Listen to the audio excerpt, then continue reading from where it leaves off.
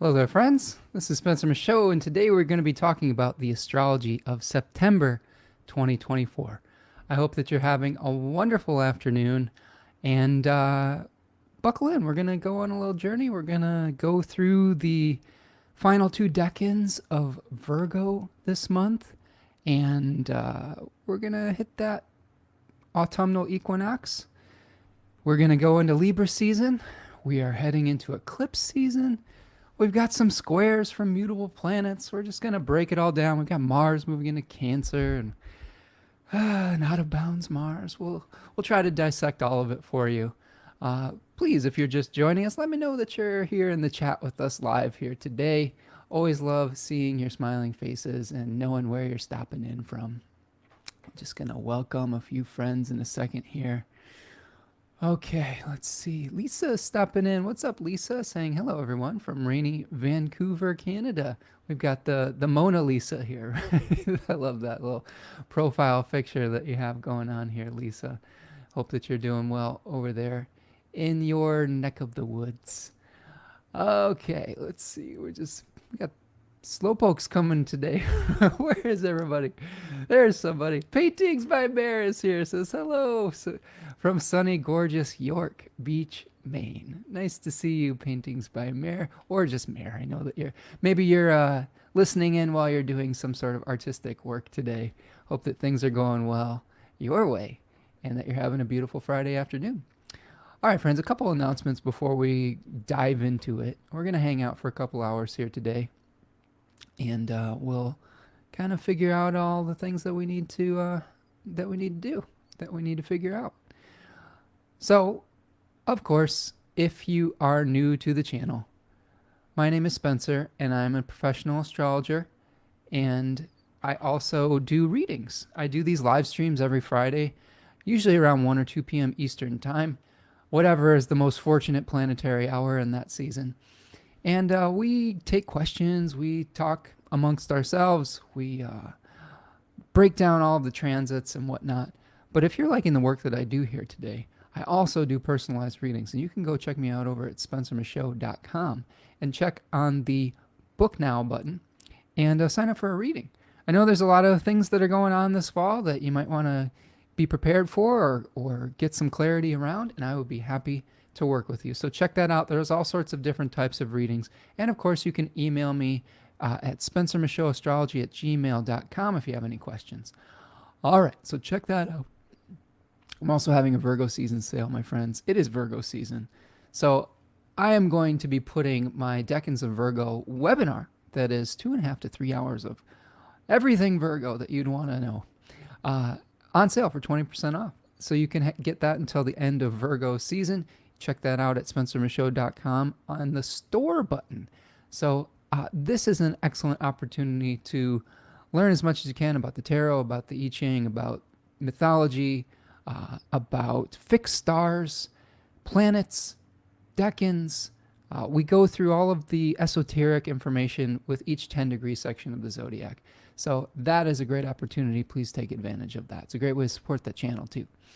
I also have a beautiful partner named Tanya Andrews who has a magical business called Third Coast Mojo, who you can find over on Etsy. She has some wonderful products that are magically elected by looking at particular positions of planets in the sky and drawing their energy into these beautiful curated oils, soaps, salts, etc. Here we see Dragon's Blood, which is a Mars in Capricorn election. Very good for arousing your passion and getting that Kundalini energy up. It's very good for protection as well. So check that out over at Third Coast Mojo.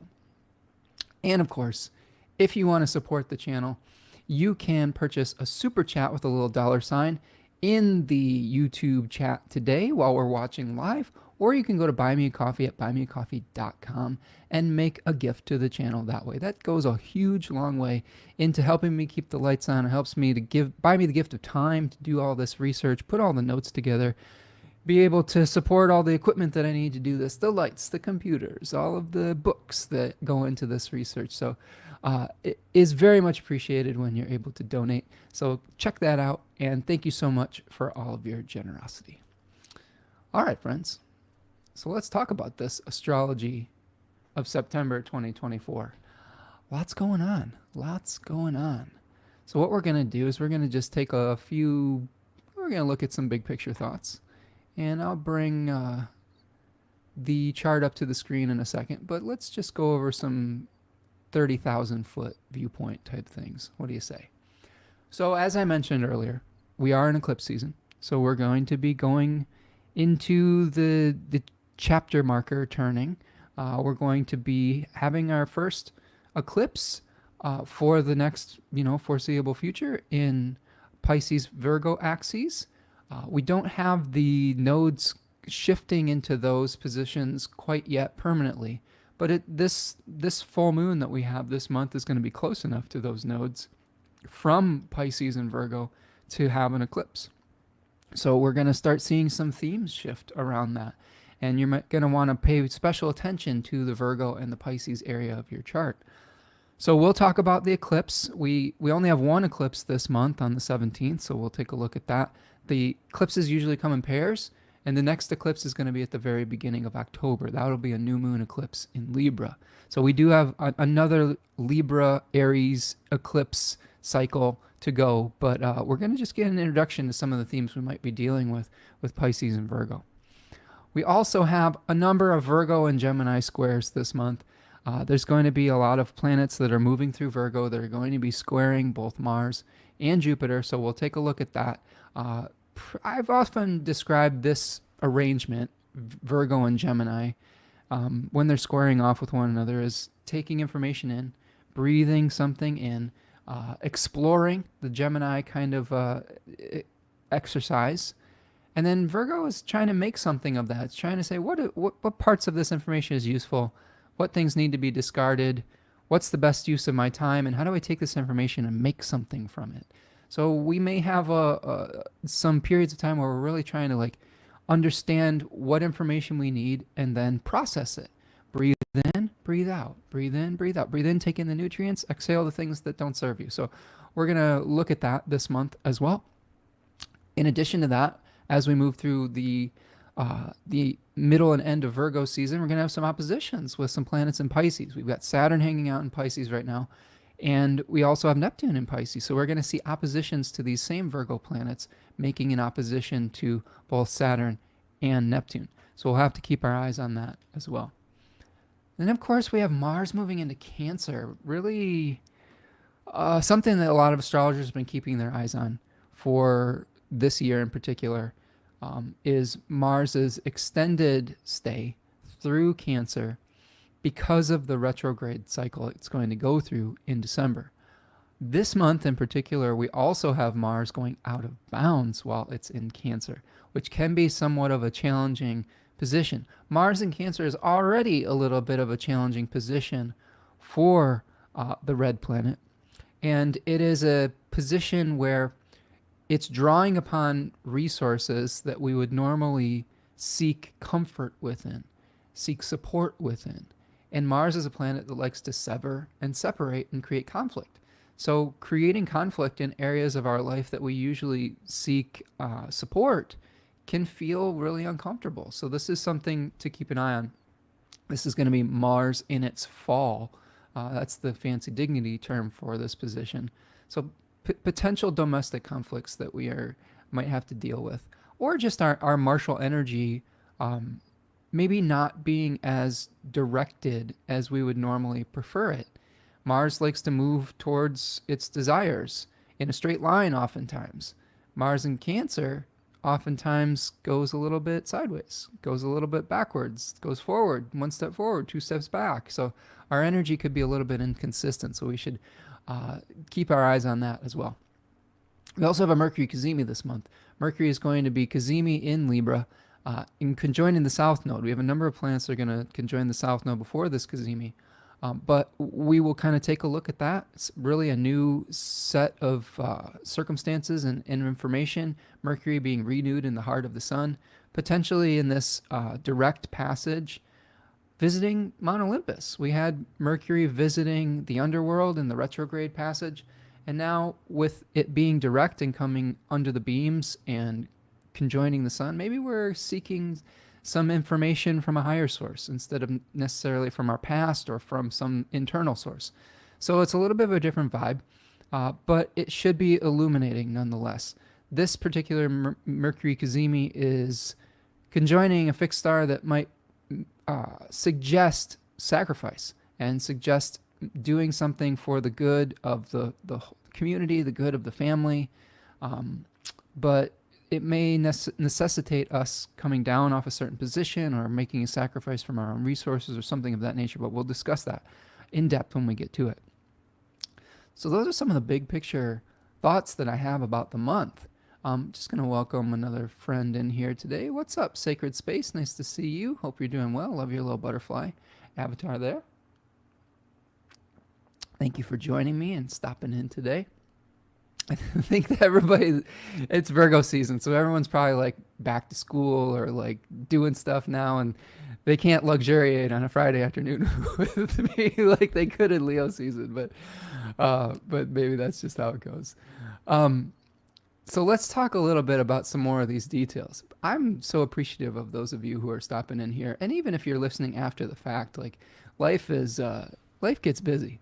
And life is one of those things that can't always predict what's going to come to us on our plates at various days and times.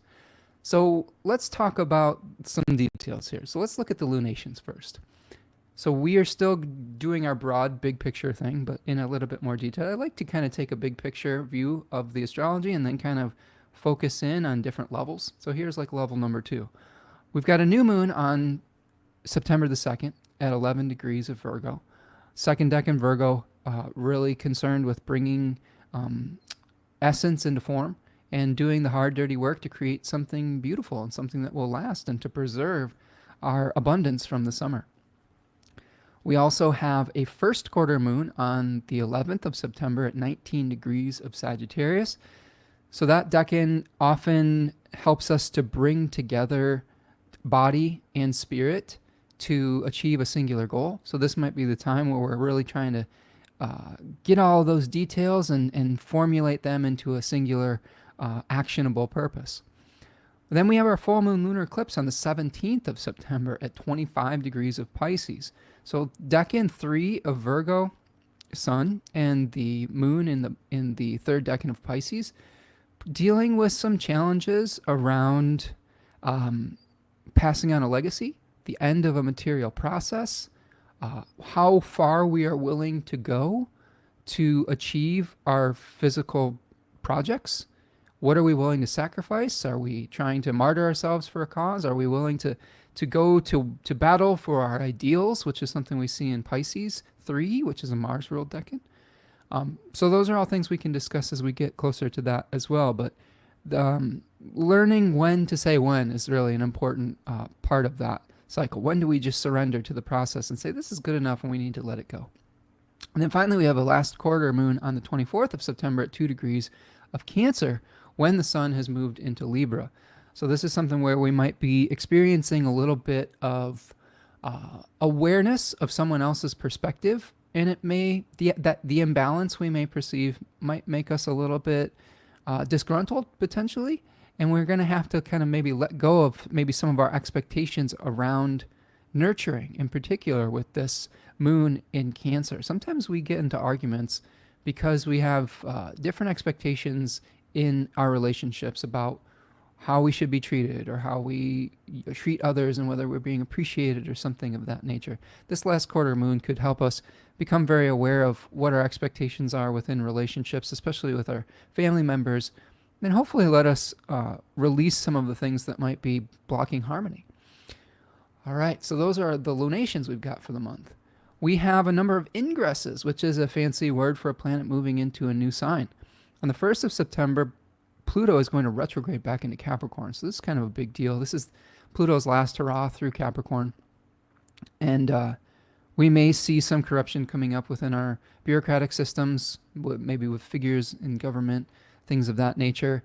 We are going to have some planetary contacts through trines and squares with Pluto this month as well in Capricorn. So we'll break that down for you. But this is sort of we're tying up loose ends Pluto-wise before Pluto ingresses back into Aquarius for kind of the long haul. So we'll try to prepare you for that. On the 4th of September, as I was mentioning earlier, Mars is moving into Cancer, out of Gemini, and into a sign that it's, again, not super comfortable with, the sign of the moon, a sign of gentleness and sensitivity. And Mars isn't always known for those qualities, so it might find it a slightly uncomfortable place. The 9th of September sees Mercury moving into Virgo. Now, that is a very nice transition. We do have Mars moving into a very debilitated state, but we have Mercury moving into an extremely dignified state. Mercury is going to be in its own exaltation, its own domicile, and I believe it's also going to be in its own terms in the beginning of Virgo, although I'll have to check that when we get to the more detailed analysis week by week. But a lot of dignity for Mercury. And to me, when we see a planet that's dignified and one that's debilitated, it often shows me where we might put our energies and where we might have an ease of experience and where certain areas where we might feel like we have to put forth a little bit more effort. With Mars in Cancer, our will might be a little bit flagging. Our energy levels might be flagging, but with physically. But with Mercury in that position of in Virgo, we may be able to do some really intense, detailed mental work. So knowing what directions could be open for us, I think, can be very advantageous. On the 22nd, we have both the Sun moving into Libra at the autumnal equinox, and then we also that same day have Venus moving into Scorpio. So we have like 4 hours of the Sun in Libra hosted by Venus in Libra. That's another thing. Venus is going to be in Libra for most of September. So a really positive place for Venus as well. A really powerful place for Venus. So we may be able to smooth out some of the rougher edges of Mars and Cancer with our Venusian abilities. But when we get to the end of the month, then Venus is in a tough spot. And the Sun will also be in its fall. So like I said, we have 4 hours of a Libra Sun with Venus in Libra, and then it's like, okay, now we're mourning something, we're mourning a loss, or we're dealing with our addictions, or identifying forms that really need to be released potentially. And that's not always a bad thing. It just sometimes can be not the most comfortable. And finally, on 26th of September, we have Mercury moving into Libra out of Virgo. So this could also put a lot of our mental energy and a lot of our communication energy towards balance, towards figuring out a win-win situation. Maybe we will get out of our very singular, detailed focus and start to see the bigger picture when we have the Mercury moving into Libra. Okay, let's keep going here. Got more friends stopping in. Steven's here. What's up, Steve the Jupiterian? Loving the mullet, my friend. As we talked about last week, always excited to see your face and your business in the front, party in the back in the show. Thomas is here. What's up? Namaste, Spencer. Everyone, nice to see you, Tom. Hope you're doing well, friend. Okay, so I'm excited for some of those ingresses. I'm less enthusiastic about some of the others, but this is just how it goes. You know, this is how astrology works. This is how life works. Some areas of our life are going to be more challenging, and others are going to flow with a lot more ease. And it's going to affect each one of us differently, because I think that, you know, because of where our personal planets are, we may have a certain strength in one particular area, and we may flow with even the more difficult planets a lot easier than someone who may struggle with that energy natally.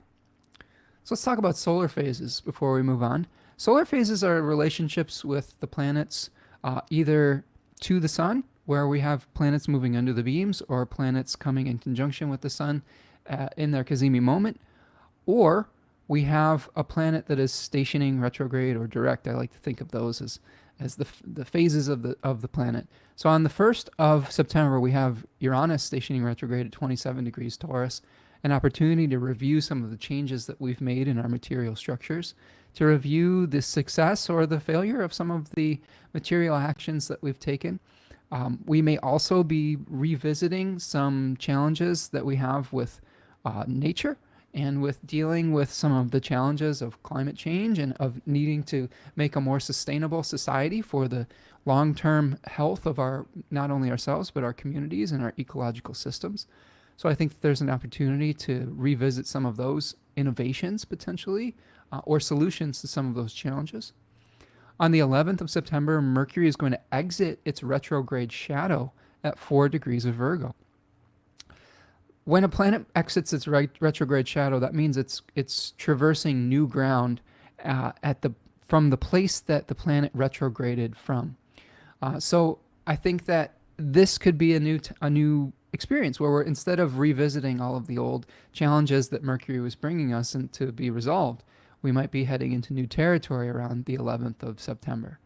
And then on day after that, Mercury is going to move under the sun's beams at 5 degrees of Virgo.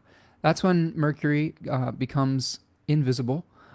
You could think about this under the beams in direct motion, direct passage, as potentially Hermes visiting Olympus, visiting Zeus on Olympus, maybe for a new mission, maybe for a new message. I really enjoyed the way that this was described by my friend Gary Caton, who's sort of a Mercury expert. He thinks of the retrograde passage as Hermes going through its psychopomp phase, going and guiding souls to the underworld or to the next life. And I like to see that as going within and going into our past to find insights.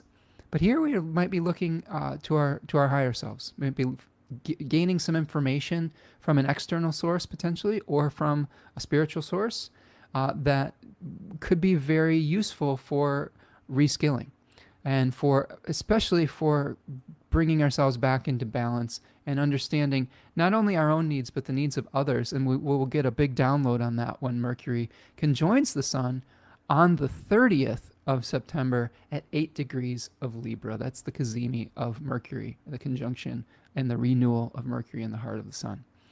We'll talk about a fixed star diadem, which is at 8 degrees of Libra, which is a fixed star that we were talking about sacrifice, a sacrifice of the family for the good of the community. So we might have to deal with some challenges around that as well.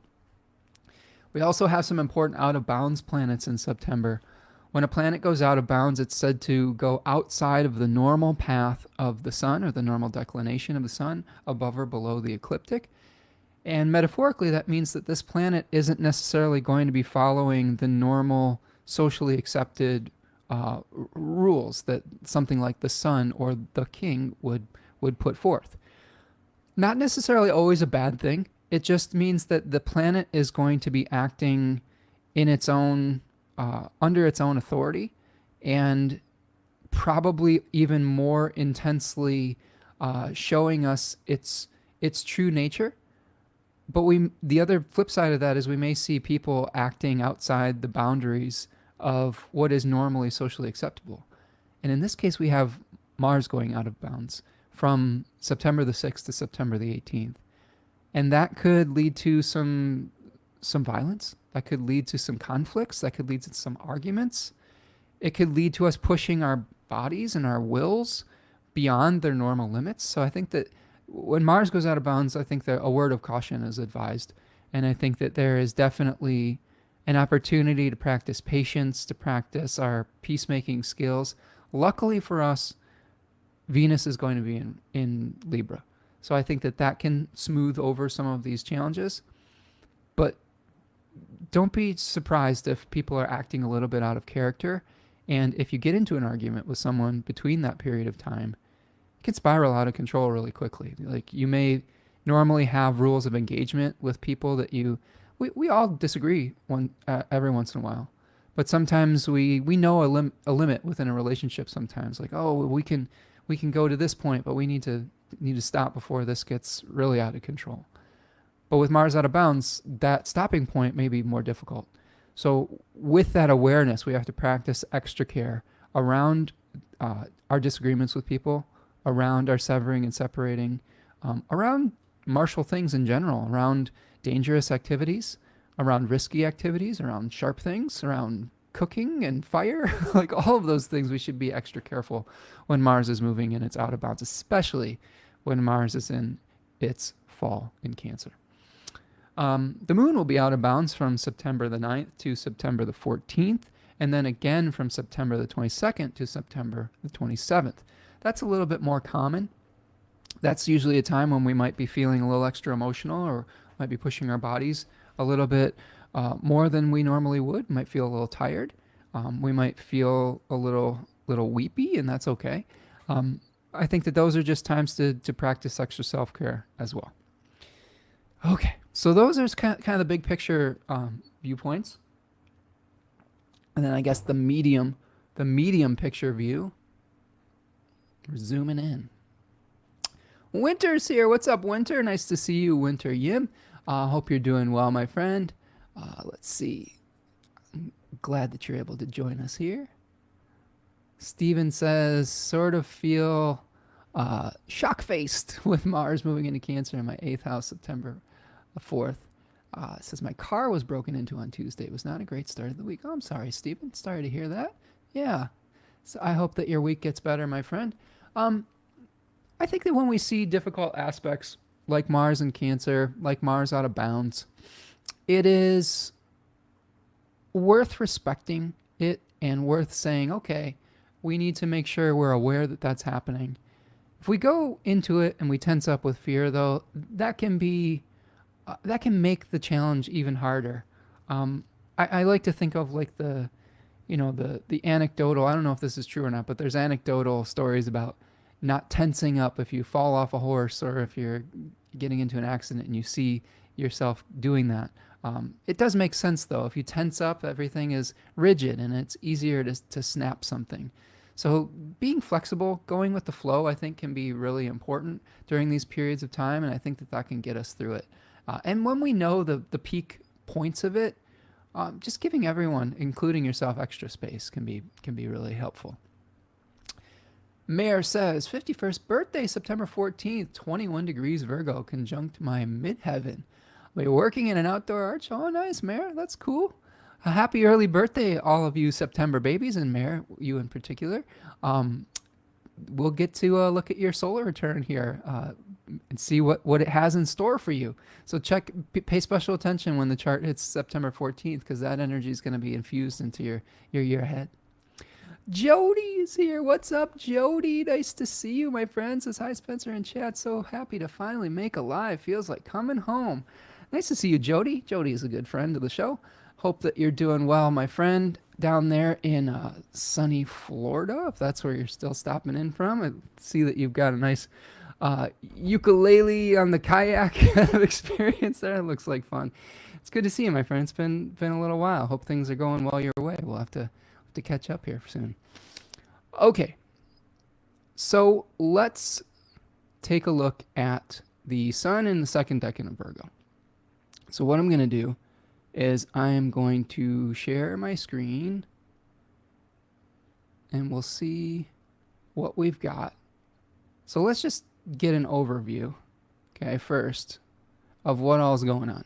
So this is noon on September 1st in Eastern time. So just a general overview for that first day.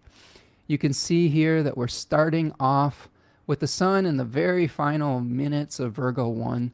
So we'll just talk about this in terms of Virgo 2, because that's going to be the most efficient way to deal with the beginning of September.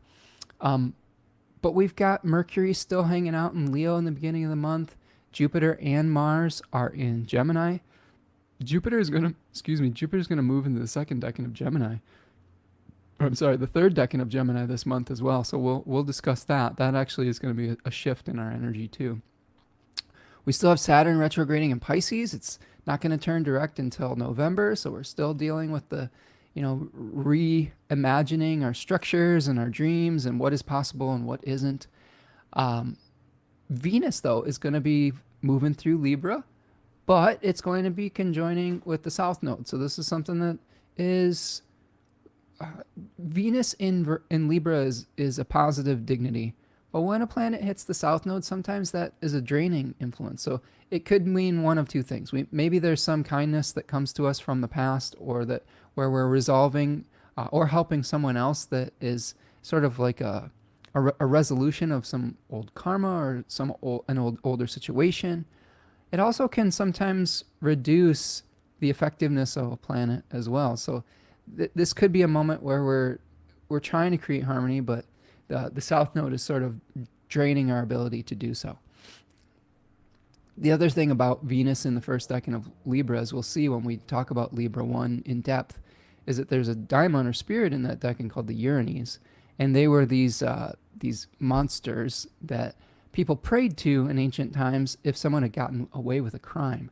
So there is this feeling of sometimes getting angry at an injustice in the first decan of Libra. So there could be something around that too, where we feel like we're trying to create harmony, but we might be getting a little bit frustrated with an imbalance that we are observing in our lives. But the key with that is that when we recognize an imbalance, we don't want to get stuck in that feeling of negativity. The whole work that we do with Libras is making adjustments, okay? Increasing that which is lacking and decreasing that which is excessive. This is Saturn's exaltation is Libra. And that's literally part of the Orphic hymn to Saturn or to Kronos. So it takes work.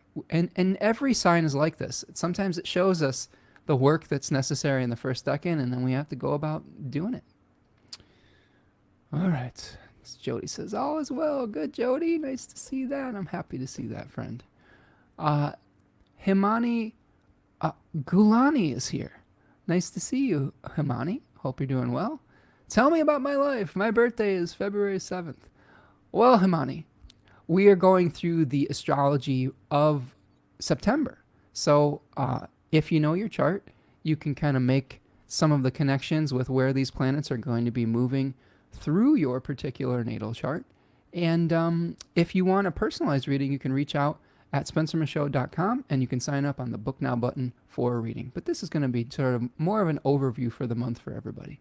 But I'm happy that you're here, and it's great to see you in the chat, and I hope that you enjoy our experience today. Steven says, gone through Mars and Cancer before. I'm hoping it will bring some transforming energy to my 8th house. Yeah, a planet, I believe Mars' cycle, I believe it cycles through every, let's see, does it cycle through every sign every 2 years or so? So we've all gone through Mars and Cancer before and survived if we're here to tell the tale today. So again, not something to super be afraid of, just something to be aware of. Okay, so let's talk about the Sun in Virgo too. And now that we've got the big overview, and Robin is stopping in, now that Robin's here, what's up, Robin? Says, hi, Spencer and crew. I came in a bit late. So excited for Virgo season. I'm excited for Virgo season too, friend. Nice to see you here, Robin. Let me show you a little bit from my Decans of Virgo webinar. So this Decans webinar is on sale right now, 20% off. Check that out at the store on my website, spencermichaud.com. And here we see the tarot card that is syncretized with Virgo 2. It is a Venus-ruled decan in the Mercury-ruled sign of Virgo. So sometimes what astrologers will do, they'll try to think about the energy of this decan, sort of like the face ruler combined with the sign. So you could think of this sort of like Venus and Virgo, but it has a little bit of a special dignity here. It has the ability to work very hard at the things that are important to them, and to be able to really embrace solitude that an artist needs to perfect their craft. So process and production, like T. Susan Chang talks a lot about the production process. The first decan of Virgo, we're becoming aware of the skills that we need to go through this process of enfleshment. I guess that's a fancy word of taking the spiritual essence or the ideas that we have and being able to make something from that. But this is the decan where we're really doing the work. We've learned our skills through our apprenticeship, and now it's just time to get down to business. This is the hard, dirty work that's necessary to be successful. Austin Comic talks a lot about Hephaestus in this decan, one of the Greek gods that was the craftsman. And he was supposedly the least attractive of the Olympian gods, but he was married to the most beautiful, Aphrodite. So there's this balance that comes with that, and he worked very hard to create these wonderful objects of great beauty and power. There's some really interesting balance in that. So binding essence into matter is a theme. Uh, Beauty and balance through hard, dirty work. We talked about that. Unification, concealment, behind the scenes labor. The concealment part kind of refers back to Demeter and her ability to conceal herself when she went to go search for Persephone amongst the mortals when she had lost her daughter Persephone. So there's some themes associated with that. Demeter often is associated with Virgo. Weeding out inefficiencies. You could see in this Nine of Pentacles card that we have a falcon, a hooded falcon, where we can think of the falcon as being able to hunt down the vermin that might threaten our process. So this is the ability to kind of see the flaws in something and say, okay, well, I'm going to eliminate that inefficiency so that the project can be moving forward. And then, of course, we talked about solitude and self-reliance. I've met many clients that have the sun or prominent positions in Virgo 2 that are very happy being alone. It's not everyone all the time, but they are excellent craftsmen. I got my friend over in Toronto is an excellent craftsman, and he's a great construction person. He doesn't seem to be bothered by his solitude, and a person of great integrity as well. Someone I really enjoy chatting with, and it always has struck me that how calm he is about his solitude. He's just more concerned about doing good work than he is about like the recognition or the social aspects of it. And that is always really a beautiful thing to see. As someone with a lot of Virgo placements myself, the work always is more important than the pomp and circumstance. It feels good to be appreciated for doing good work, but at the end of the day, if you have a lot of connection with this particular energy, the work itself is what is the most important. So questions you can ask yourself during the first week of September, the first 10 days of September with the sun moving through Virgo 2. How does your project need to be refined? How do you weed out the vermin that threaten the process? What physical sacrifices are necessary to infuse essence into form? Remember, form is changeable. This is a mutable sign. You can change your forms. Also, not hanging on to old forms that need to change is super important.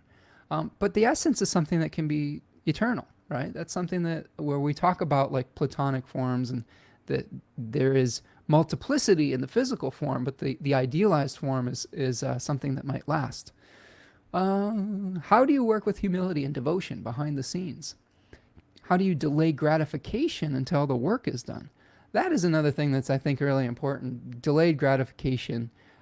Not always easy to do, but Virgo has a unique ability to be able to focus on the task at hand. Sometimes to the point of not being able to do other things that are important. My partner Tanya and I always talk about the Virgo energy and the Virgos that we've had in our life, and sometimes there's certain energy with Virgo where every Virgo has some kind of one area of intense interest or expertise or something of that nature, and then oftentimes has other areas of their life that have just gone completely into the shitter.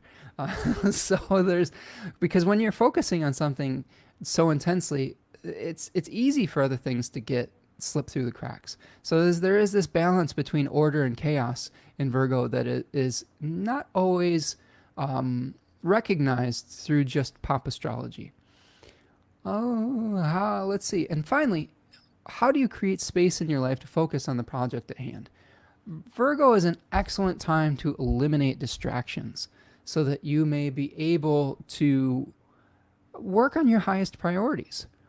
I think there's a little bit of anxiety that can come through Virgo season, and there's a couple reasons for it. I think, first of all, oftentimes Virgo season shows us changes in our circumstance. It's the last season of summer. It doesn't always feel like summer anymore, though. I always thought of Virgo season as fall because we had to go back to school. It's the end of summer vacation, right? So there's these changes in our routines. There's these not everybody has kids going to school, but you can just feel a palpable shift in our routines with the light changing. The other thing that can bring us some anxiety around Virgo season is that we've spent all summer traditionally as farmers, as gardeners, as sowers of the land, working in the garden, trying to create abundance. And you can think about that metaphorically too. Maybe we've tried to create abundance in areas of our life. And then this is the harvest time. This is the time where we are starting to understand how we're going to deal with the abundance that we've created. You know, we're not necessarily reaping everything that we've sown. That comes in Libra season. But we're starting to identify what needs to be preserved for the oncoming winter that will sustain us, and what needs to be returned to the earth. And having an eye for detail, an eye for flaws can be really important in that process, because you can identify when you have a tomato that has a worm in it, that if you were to try to preserve that, it would go bad really quickly or something like that. So think about that pressure and anxiety that we might feel as feeling just a need to stabilize our position for a season that might not be as abundant as the one we're coming out of. It doesn't have to always be something negative. Sometimes Virgo season can be an excellent time for really just kind of seeing how our physical processes played out. It can be a time of great wealth and abundance as well. So just work through it with diligence, and try not to get too overwhelmed by all the things that are coming at you. All right. Let's see. Dawn is here. What's up, Dawn? Nice to see you. Says, hola, everyone. Just stopping in. Nice to see you, Dawn. Hope you're doing well.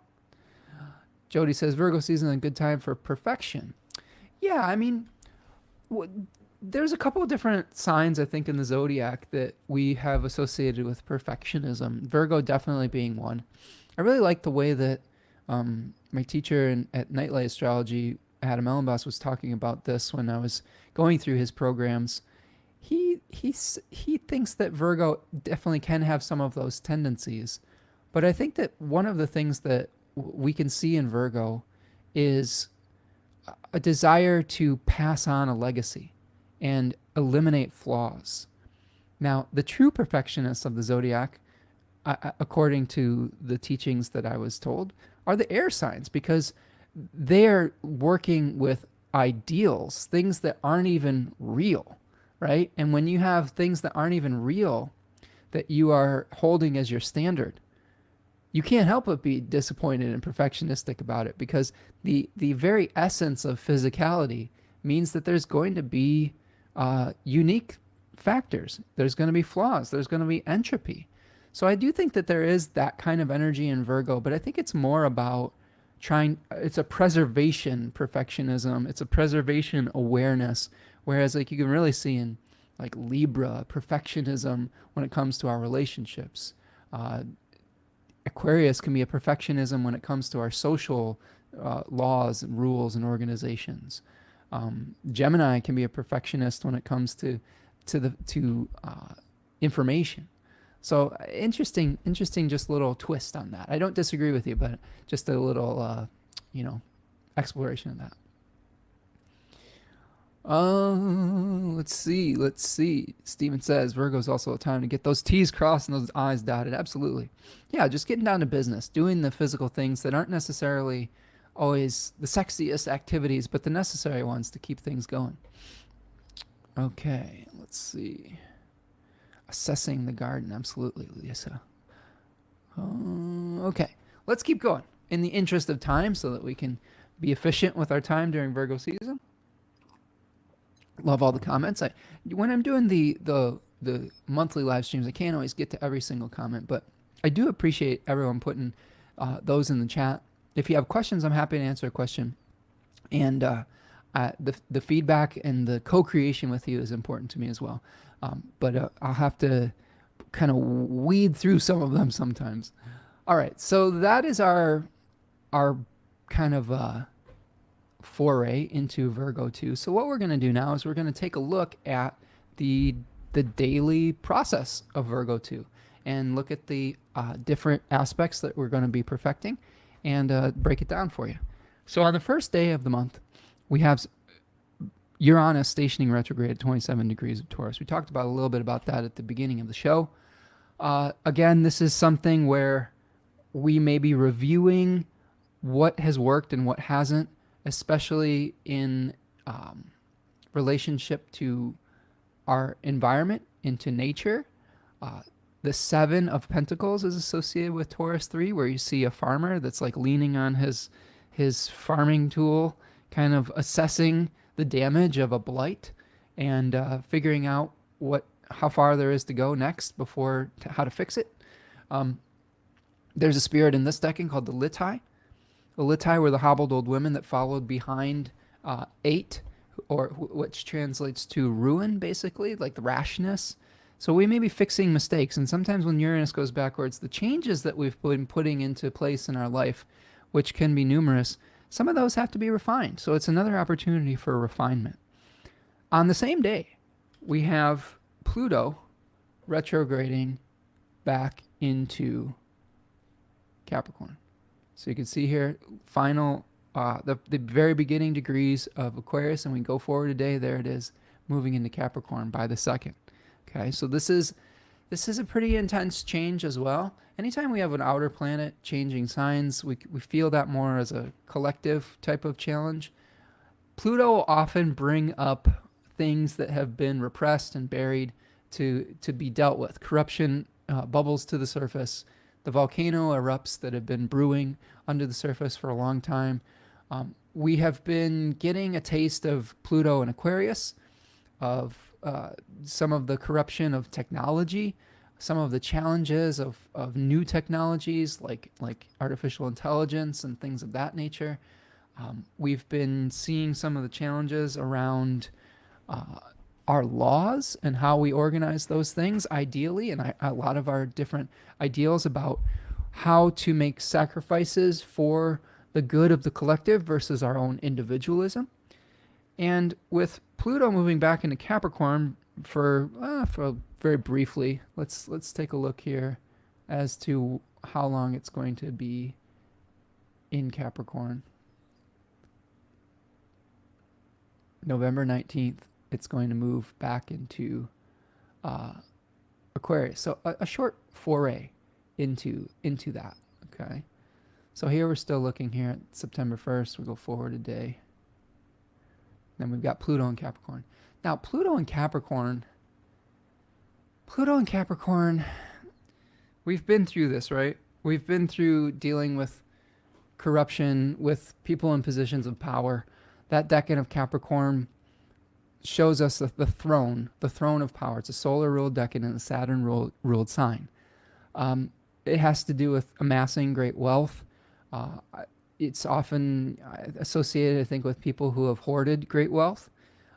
So we may have some corruption coming from people who are hoarding wealth or hoarding resources.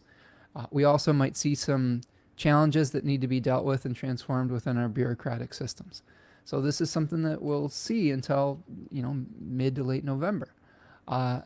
Could make things a little spicy for election season, but it's always spicy in election season. We'll just have to do our best to navigate that gracefully here in the United States. We do have a new moon in Virgo on the 2nd. So you can see here is the new moon. We'll just move forward to the exact new moon. There's the new moon at 11 degrees of Virgo. This is conjoining a fixed star called Zosma. And Zosma is the back of the lion. Now, you might be saying, well, Virgo is the goddess, the virgin. What do you mean, the lion? Well, if you look at the stars in the sky, there is a concept called precession where we have the fixed stars of the zodiac have precessed into different signs over time or different areas of the sky, because the tropical zodiac is not necessarily starting at the same place each year. It changes based on the tilt of the Earth over a long period of time. So now the stars of Virgo are actually, of tropical zodiac Virgo, are overlapped with the fixed stars of Leo. So this is the star in the back of the lion, the girdle, in the back, and this can be associated with some kind of humbling experience, working with the downtrodden, social work, caregiving. There's sort of a wounded healer experience at 11 degrees of Virgo with Zosma. So there might be a new service process that we're beginning, and we might be working with people that are less fortunate. It's something to consider around this period of time. And this is also, of course, the area of the zodiac we just talked about in depth, with trying to start a new process around encasing our idealism or our dreams into physical form. So this could be a good time to start a physical project that requires attention to detail. Could be important to start a learning process or a teaching process, but also one that has service and utility for your community. Now, nothing too crazy in this chart beyond an opposition to Saturn. I guess that would be the thing that kind of sticks out, is we may be wanting to control the process. But with Saturn in opposition, we may be running into some delays. We may be running into a lack of skill, potentially. Saturn in Pisces 2 can show us where we may be feeling overconfident, and it could be a little bit of a wake-up call. We might be wanting to do something, but we might be shown that, hey, you need to surrender to this process. You're not going to be able to control every single facet of it. And that's a tough lesson to learn while we have these planets, when we have these planets in Virgo opposing the Piscean planets. So that's something to keep in mind. How do we have a fine line between surrendering to the process and utilizing our will and getting involved and refining things? You can refine things too far. As a young artist, I like to draw, and I was very self-critical of my drawings, and I would sit there and I would start. It took me a long time to understand that I needed to start with the end in mind. So I would start on one part of it. I like to draw faces, and I would start on an eye, and I wouldn't contextualize it within the rest of the face, and then it would always look like these weird Picasso drawings. But the other part of that is I would erase and erase and erase until sometimes there was just a hole in the paper. So we have to be careful not to erase holes in the paper of our projects, basically, when we have this Virgo energy, especially with Saturn in Pisces, because Saturn in Pisces is not exactly concerned with accuracy all the time or with precision. And a lot of that lesson is going to be like, this is good enough. You need to stop and you need to let it go. So there could be some of that coming as well. We do still see this lunation squaring Jupiter and Mars. So that's another, this is a continuation of that T-square energy that we were feeling fairly intensely around the 18th of August. Let's see, what else was going on there? There was something else. We had the Mercury Cazimi around the 18th of August and a Mercury squared Uranus. But that was when we had that big full moon. Okay, and we had a lot of squares between Venus, Jupiter, Saturn, and Mars. And then there's a Jupiter-Saturn square as well. So this could feel like a little bit of a continuation of that energy, but it's going to be starting to abate a little bit. The other thing to consider with this new moon is Venus is going to be conjoining the South Node. So if we go forward to the next day and we take a look at how this might start playing out, you can see Venus here on September the 3rd conjoining the South Node. And as I was describing earlier, the South Node acts as an exit. Like it's an exit gate. It is the severed body of a demon in Eastern philosophy that doesn't have a head, right? It's like a great anus of the universe. We're processing old things. We are releasing attachment.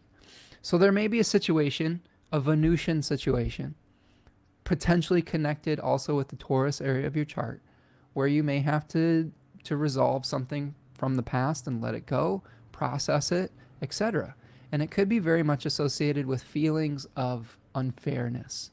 There could be something that you're like, that's not fair, but you might have to let go of some of those feelings ultimately to create harmony. Sometimes life isn't fair, and that can be a real challenge, especially with when we have Virgo season. Virgo also is associated with the goddess Astraea, and the goddess Astraea was, this goddess that came to Earth and then got real disappointed in humanity and was like, I'm out, see you later. We also have a daimon in one of the decans of Virgo named Themis, which is like the voice of the oracle and a teacher of divine law, but also the rules of physical incarnation. So the rules can be very important. There's a purity issue in Virgo oftentimes, where if something the process isn't pure, we can get disappointed. And we can say that's not fair, or that's not balanced. So we may have to work through some of those feelings, our righteous indignation around this new moon. And if we can, I think that we can navigate it successfully.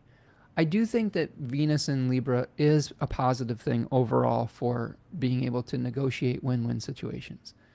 What I will say, though, is that sometimes to seek justice, whether it's socially or individually, we have to call things out and get angry and be firm, right? But in this case, I think reducing some of those qualities may be beneficial. All right. Let's see. Steven's got this new moon exactly opposite his sun, as he is telling us with his shirt that says, I'm a Pisces. I love it. Robin says, I have Mars and Cancer conjunct my midheaven, so Mars return should be interesting, at least to have a night chart.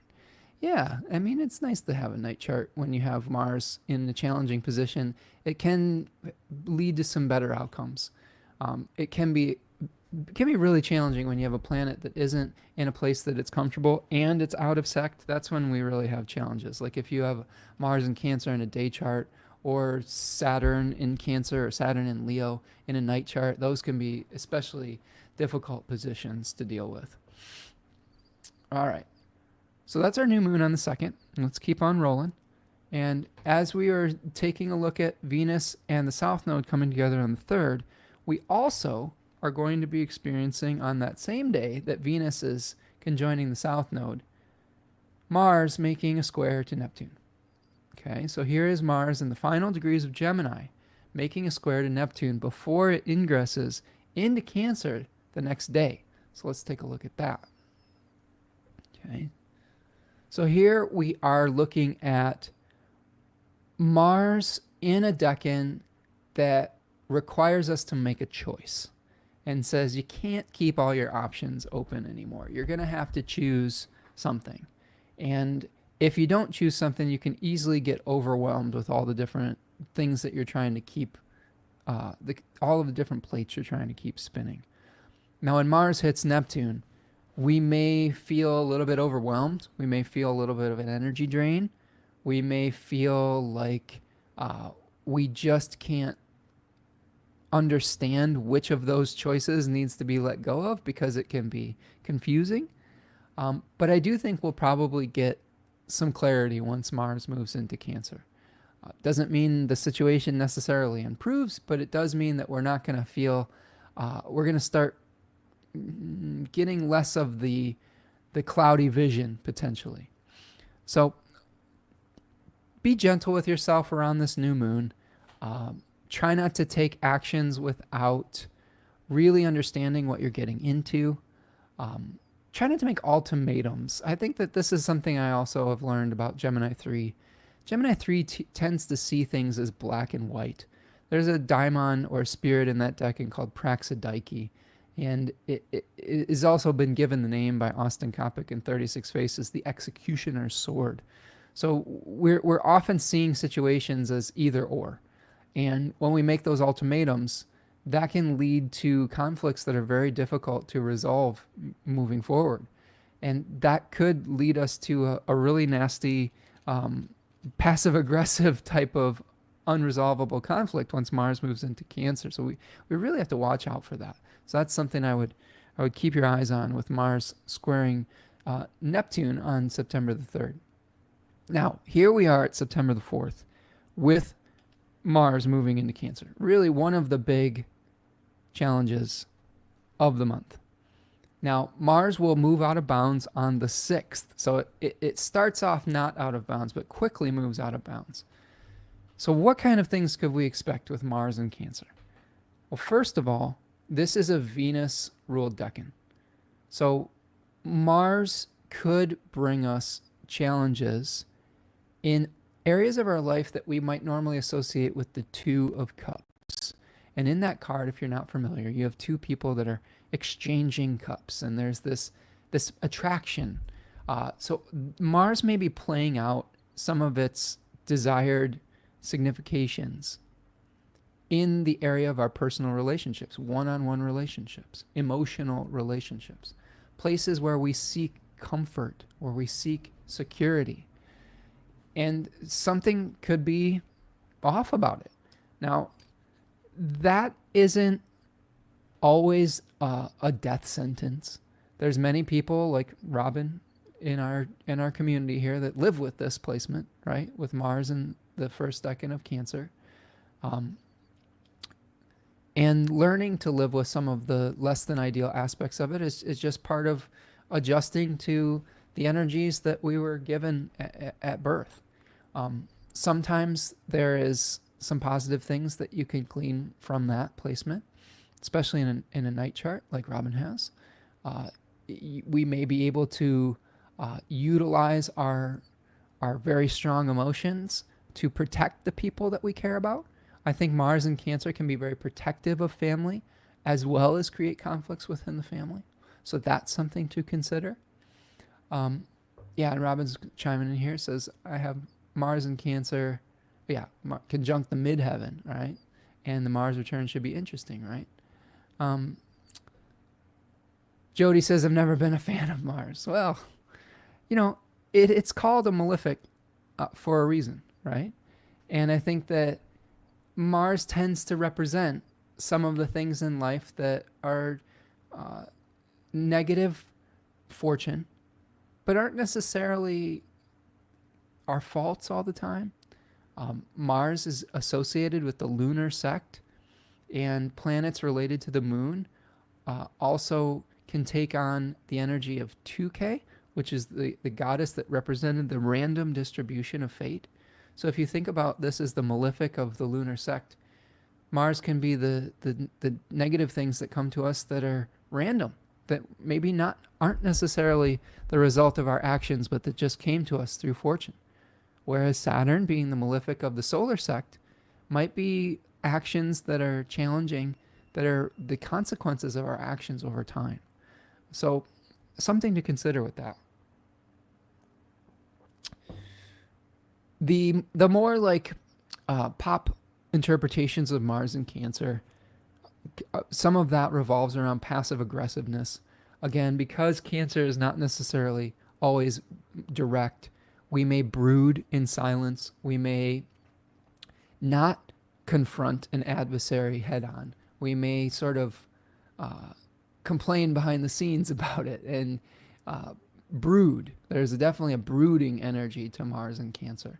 So oftentimes it can be even hard to know why we're feeling upset, but we feel angry, but we might not direct it in the right way. So be very careful about projecting anger that you have on a certain situation onto something or someone else that isn't necessarily related, but is a result of not dealing with a problem directly.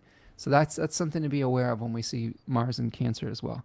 A couple dates for you to understand. So first of all, we have the planet moving out of bounds from the 6th to the 18th of September. A good opportunity to give people extra space and to not take the normal rules of engagement for granted. Like, it's not the time to F around and find out, okay? Like, because you will. Like, when Mars is out of bounds, it's not good. Mars is going to be in Cancer until November the 3rd, when it moves into Leo. It will then station retrograde at 6 degrees of Leo on December the 6th, and it will retrograde back into Cancer on January the 6th of 2025. It will then station direct at 17 degrees of Cancer on February the 23rd. And then finally, it'll move into Leo on April the 18th of 2025, I believe. Let me just confirm that, because I wrote 2024, but I don't think that's, I want to confirm that in my notes. So let's look at this. Just look at it. We've got, okay, there's Mars into Leo. Here's Mars back into Cancer, once again on January the 6th. And then there's Mars moving into Leo on April the 18th, finally resolving this Mars and Cancer conflict, challenge, whatever it is. So that is a lot of time for Mars in Cancer and Leo. So whatever challenges that we're dealing with, it's probably not going to be resolved right away. So what I would suggest, pace yourself. Sometimes there are conflicts that we can't resolve overnight. Sometimes there are long-standing beefs or challenges that require time and patience and unraveling a tightly wound knot one step at a time. And if it took you years to get into this state of separation, it's not always going to just resolve itself overnight. Sometimes it's going to take piece by piece unraveling that challenge. So we have pretty much the fall and the winter to figure it out. And it's an extended stay. It's an extended challenge. So get used to this energy. And what I would suggest, try not to burn yourself out at the beginning of this cycle, because you might really need whatever support or emotional centeredness that you can muster moving forward. Now, we do have Venus in Libra that is at least attempting to smooth things over, even though it is in a square. The challenging thing that we do have when Mars moves into Cancer is it moves out of the square with the Sun and the Virgo planets and the square with the Pisces planets, but it starts to be in the overcoming position to Venus in Libra, and then eventually with the Sun in Libra. So the Libra area of our chart could see some challenges from the Cancer area of our chart. Okay, there may be some undermining influence to the Libra topic in our life. Like, so for example, this is just a random Sagittarius rising chart. I know we've got some Sag risings here, but the shared resources or debt or something like that could put pressure on an experience of a group, like a group experience that you're trying to go through with the 11th house, Venus in the 11th house. So these are just arrangements that we want to be aware of, and you can really look at your own chart to find these things in your own life. If you need help, if you need a lot more specificity around that, reach out for a reading. I'd be happy to help you. The other thing that we're looking at when Mars is in Cancer, it really is... So we'll talk about Mars and Cancer a little more. We're going to have an opposition to Pluto. And Mars-Pluto oppositions are already challenging, but when Mars is in Cancer opposite Pluto, it can be a very unpredictable challenge. One of the things that the ancients thought of a planet being debilitated is when you're not able to predict how it's going to play out. And when Mars is in Cancer, it can be very unpredictable. Like, again, we may experience conflict where we expected support. We may have someone who is being very passive aggressive and not bringing us an issue to be resolved right away, but then explodes in a weird way and we never see it coming because it's been festering and brewing beneath the surface. These are some of the things that we can experience when we have a malefic planet in a place that it is just where we're not necessarily able to predict its outcomes very easily. All right. Steven says, I may need to rent a bunker during this time. Maybe. But here's the thing, Steven. Let's say that bunker represents your safe space, your sanctuary. Well, where is Mars hanging out? It's hanging out in the sign related to safe spaces and sanctuaries. So I think just hiding away from the energy may actually lead to more of the conflicts rather than resolve them. So I think it's important just to resolve issues when they come up with grace. Try not to fester or brood in silence. And then if there are challenges within your domestic situation, your relationships, just try to communicate as much as you can. The challenge with Cancer, and this is coming from a Cancer Sun and Mercury, is oftentimes we assume that people understand what we're feeling. And that's when we can really have these disconnects. When we don't verbalize our emotions, when we have, which is not always easy to do. It's difficult to verbalize emotions sometimes. And then we make assumptions. We can create all sorts of ways to be offended when that may not even be the intention of somebody. So we have to be really careful about assumptions that we make and try to communicate with our words what we're actually feeling. So I think that's a great way to navigate that. Dawn says, Lord, that sounds rough emotionally. Can I take a bath already? Yeah, baths are probably pretty good. Just be careful. Again, Mars in a water sign can lead to negative consequences related to water. So be careful. Just don't fall asleep in the bath or be listening to the radio plugged in and have it fall into the bathtub. Because again, Mars is accidents, right? So just be very careful around water, I guess, would be what I would suggest. All right. Mare has Saturn at 3 degrees of Cancer on my south node. Oh my goodness. So you're going to have a Mars-Saturn south node conjunction. Maybe there's a situation with family that will come up that needs to be dealt with, Mare, but I think that you'll be able to navigate it gracefully. And a great cathartic activity is art. So you've already got that going. Don says, preach. This is my biggest problem with folks. Lack of communication. They say I'm too direct. It's a balance, right? Sometimes if we're too direct and we aren't practicing social graces, we can rub people the wrong way. But the opposite problem of always being indirect and passive can lead to its own problems. This is why we practice the middle path. This is really important. I'm a fan of moderation. Hot tub gone wild. Absolutely. Yeah, just be very careful in those situations. Like I said, if you know where Mars has the potential to bring challenges, like while we have Mars in Gemini, challenges might come through our communications, through technology, through exploring too many options. But the Mars is going to play out its significations differently in Cancer. It's going to be drawing on the moon as a resource and a water sign rather than the air sign of Gemini. Stephen says, water and electricity, never a good thing. No drinking while taking a bath. That's good advice in general, Stephen, but yes, absolutely.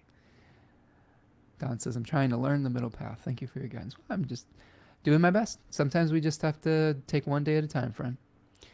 Okay, so that's the Mars ingress into Cancer. We have Mercury ingressing into Virgo on the 9th, but of course, here's Mars out of bounds at the 6th, right? So the 6th through the 18th. So there's Mars out of bounds at about 1 degree of Cancer. So if you do get involved with a conflict in the beginning of September, just be very careful when Mars is out of bounds between the 6th and the 18th, because it becomes even more of a wild card around that period of time. And then we get to the Mercury ingress into Virgo. Okay, let's go to the 9th. So this is, like I said, this is probably one of the more positive astrological arrangements of the month. I love Mercury in Virgo. I get stuff done like a boss when Mercury is in Virgo. I feel like my brain works really well. I feel like I can communicate very efficiently. it is an awesome time to do mercurial significations, communication, commerce, business, organization, weeding out the inefficiencies, getting rid of the clutter. This is an awesome way to utilize this energy. I guess be careful you don't get too fixated on something, but this is a wonderful opportunity, especially to advance not only in the Virgo area of your chart, but in the Gemini area as well, because Gemini is going to be hosted by this very exalted Mercury at this point. Okay, when we get to the 10th, we have Jupiter heading into the third decan of Gemini. So here's Jupiter in Gemini 3, 20 degrees of Gemini. That's the section of space. I thought that this was interesting to point out because Jupiter is a slower moving planet. So when we see a slower moving planet changing decans, we are going to have a shift of consciousness and energy, etc. And this puts Jupiter in the place where, of course, Jupiter is something that proliferates. And this is an area of the zodiac where enough is enough. Where we're just feeling a little bit overwhelmed with ideas, with communications, with pathways, with options. And trying to deal with choosing could be a little challenging. But what I will say is that in the area that Jupiter is providing resources for, Sagittarius and Pisces, you've probably been exploring your options in relationship to those topics. It's time to sort of kind of pare down and figure out which of those pathways is most important to you. Okay? Because you're going to have a few months and then Jupiter is going to move into Cancer. So, which is very fortunate. So the beauty of Jupiter and Gemini is that right afterwards you get Jupiter in its exaltation. And that is a pretty nice transition. So if you prepare properly now, gathering information, being clear about your choices, you'll be able to really have a very fruitful Jupiter and Cancer period. So that's something to keep your eye out for. Let's get the date on that because I want to know myself. So Jupiter is moving into Cancer June 9th of 2025. So you have a few months, right? I mean, you have a little bit, like eight or 9 months, right? But this is a good time to kind of get clear about what you really want. Okay. Let's go back to the chart. To September. So that's happening on September the 10th. Jupiter moving into the third decan of Gemini. So just be careful of overexerting yourself or overestimating, and don't feel like you need to keep every single option open during Jupiter and Gemini. Painted Turtle says, as a native Mars in Cancer, I find I need exercise to help process some of my emotions. Taking a daily long walk is enough to help to keep it all in a healthy flow. Oh, awesome. Yeah, that's great advice. Like, I love that. Like being able to release the pent up emotional energy through doing something physical and active, like weightlifting or walking or something, or a martial art or something like that. That's great advice. It says, I'm using this year's Mars in Cancer to get some abs, though. I'm setting my attention with Mars now. So it's nice and busy. Won't cause me too much trouble. I think that is a great plan, Painted Turtle. Being able to give Mars a job, I think, is important because Mars needs an outlet. And when we don't give it a job to do, it just takes the resources of the sign and just like wreaks havoc, right? Let's say that we don't do that exercise and let our emotions build up. Well, it's going to make relationships with our family and our domestic situation more difficult. So I like the remediation of exercise and giving Mars a job to do. All right. That brings us to the first quarter moon on the 11th. So here you can see the sun at 19 degrees of Virgo, and we'll move a few hours back so that we get the moon at about 19 degrees of Sagittarius. And this decan of Sagittarius really is about testing our mettle, testing our will. It says, are you willing to unify body and spirit to get the job done, to get the goal accomplished? So this may be something where we're getting really fixated on the details, but we've got to kind of zoom out and have more of a longer range vision. That may be the tension between the two. First quarter moons are always some kind of like crisis of bringing something into manifestation.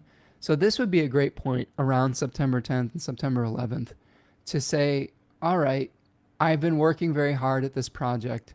How do I get to the finish line? How do I hit the target? Where do I need to not be so meticulous about this? And how do I stay in alignment with my actual goals, right, that I'm heading towards? So this is time to take a break from the very meticulous work and say, what is this purpose? What is the purpose of doing this? Because oftentimes, like I said, think about when I was talking about drawing an eye in a face and spending 2 hours on the eye and then eventually just trying to get the eye so perfect that it just erased the hole in the page. Well, this is the moment where you make the outline of the face, and then you draw the eye line and you draw the nose line so that you know where everything's going to go. Figuring out where to go can help you so that you don't get fixated on just one part of the process. All right, so that brings us to the sun in the second decan of Virgo. So one thing I am going to do before we get into the second decan of Virgo is let's take a stretch break. What do you say? And I will put, let's just stretch it out. Do me a huge favor, friends. Huge favor while we stretch out. If you haven't already, the simplest thing you can do to support the channel is to like this video, subscribe to the channel, and share it with your friends. That is an awesome way to support and get more eyeballs on the channel and bring more people into our wonderful community. You can also go over to Twitter or Instagram and follow me at Spencer Michaud Threads, Instagram, Twitter. And you can visit me at spencermichaud.com. If you are enjoying the work that I'm doing here today, you can buy me a coffee at buymeacoffee.com, or there is a little $ in the chat on YouTube as we are live. It's called a super chat or a super sticker. You can donate to the show and to the time that we're spending together. You can also, after the fact, if you're listening after the fact, there's a little heart called a super thanks where if you want to use it through YouTube, you can do that as well. So stretch it out, hit the like button, subscribe to the channel, get yourself a drink of water and a snack. So we still have a ways to go. All right. Important to take care of your body, especially when you're doing intense mental reflection and work as we are doing here today together. So, excuse me. Let's talk about Virgo 3. So Virgo 3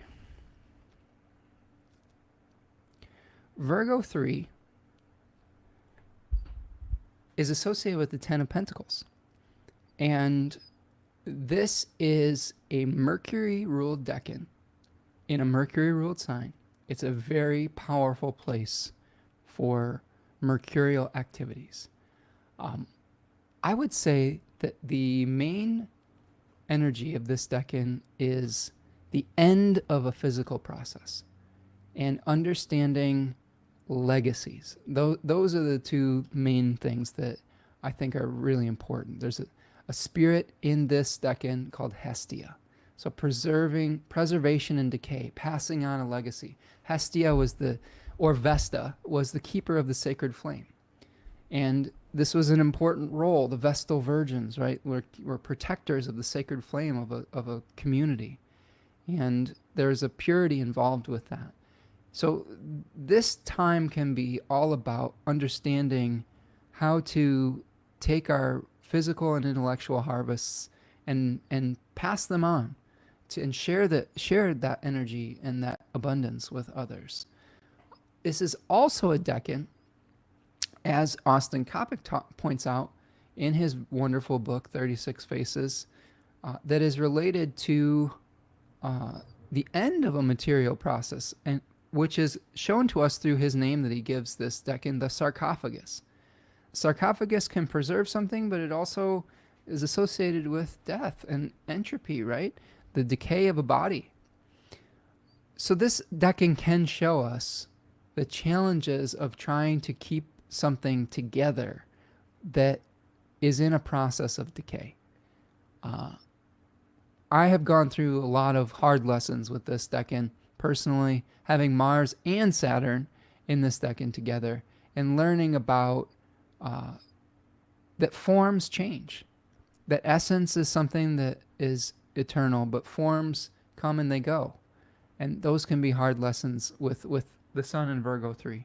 So order versus entropy, passing on a legacy, heirlooms, and wisdom, right? You could see there's an elderly figure surrounded by friends and family and cherished pets, and sometimes that's great wealth as well, right? Like this Book T and Book of Thoth call this the Lord of Wealth.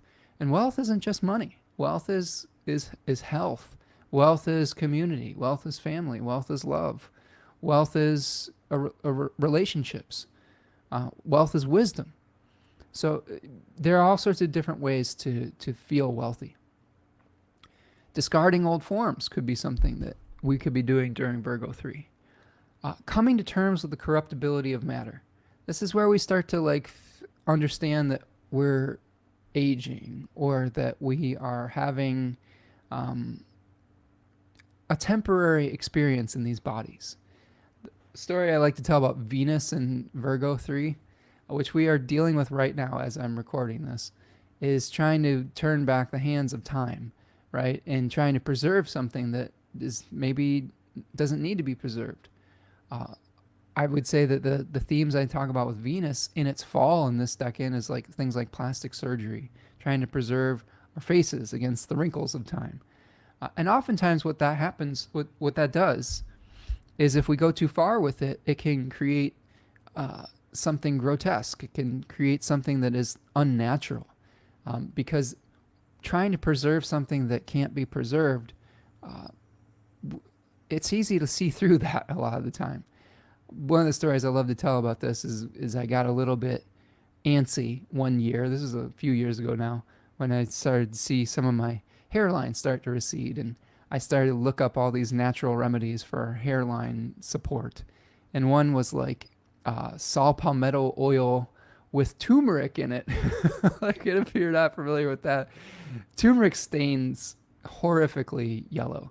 And you were supposed to put this on your head every day and wear like a cap so it didn't stain everything everywhere. And I did it for like one day, and everything was disgusting. My hands were yellow, and I was like, this is not worth it. I think I'd rather lose my hair than have to wear this turmeric yellow oil and have this mess all the time. But that was a really important Venus and Virgo lesson to me at that point. So the end of a material process and results.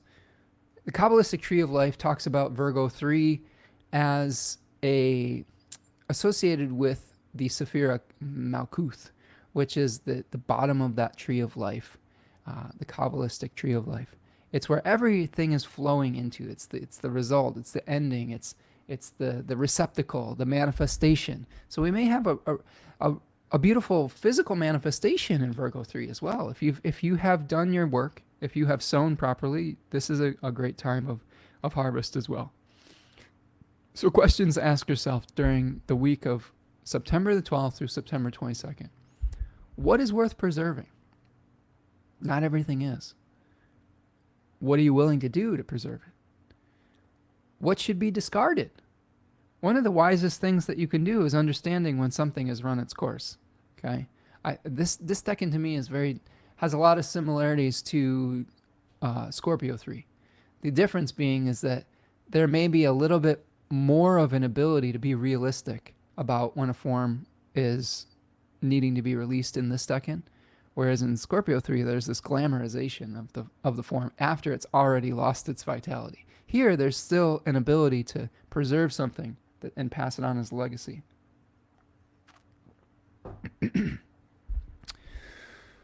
So how do you bring the process to completion? How do you bring your project to completion? What legacy will you leave for future generations? That's important, right? What are you going to leave for future generations? How can I pass on essence when form fails? This is a question we'll all have to face. And then finally, what is really of value? As we've discussed, material resources aren't the only things that are valuable. Your relationships are valuable. Your ideas are valuable. Your wisdom, your experiences are valuable. So being able to appreciate those things can also be an experience of Virgo 3. So let's go back to the chart. And what we will do is we'll go through our time with the sun in Virgo 3. So here we're going to go back to noon so we can get an overview of each of these days. And Virgo 3 starts on September the 12th. Here you can see the sun at 20 degrees of Virgo. And pretty much immediately, as we head into Virgo 3, the sun makes a square to Jupiter, newly ingressed into Gemini 3. So this could be this is one of the Virgo Gemini squares that we were alluding to in the beginning of the show today. And what we have is Jupiter in the overcoming square, which is positive. I think that can actually be a beneficial position when we have a benefic in the overcoming square. Just like it can be very challenging when we have Mars in the overcoming square, like we were seeing with Mars and Venus. So Venus is moving a little bit quicker, so I don't think that we're seeing the exact square this month, unless I'm mistaken. I just didn't see that in my notes. I'll just recheck it real quick. No, I'm not seeing the Mars-Venus square yet. But we do have this Jupiter-Sun square. And again, this could be the challenge of identifying which paths we want to preserve and which ones we want to let go of. I would say that the only difficulty we would see, maybe not the only difficulty, but one of the difficulties is trying to do too much, trying to preserve every path, trying to preserve every heirloom, trying to pass on every legacy. It's just not possible. You're going to have to make a choice. That's what Jupiter is going to really show us, is if you want to be successful in preserving something and passing it on, one twin must die, right? That's really the lesson of that third decan of Gemini is Castor Castor is the mortal twin. He dies in a conflict with another set of twins. And Pollux, the immortal twin, has to give up some of his immortality so that Castor can live again. So you may have to sacrifice one of your pathways or projects so that another can be viable. And we may feel a little bit of that tension around September the 12th. Then we get to, let's see, the 15th. And that is when we have an interesting experience called Mars being at the bending of the nodes. I think this is a really important turning point within the month and within the Mars story that is going to be playing out. You can see that Mars is squaring the nodes of the moon at 6 degrees of Cancer.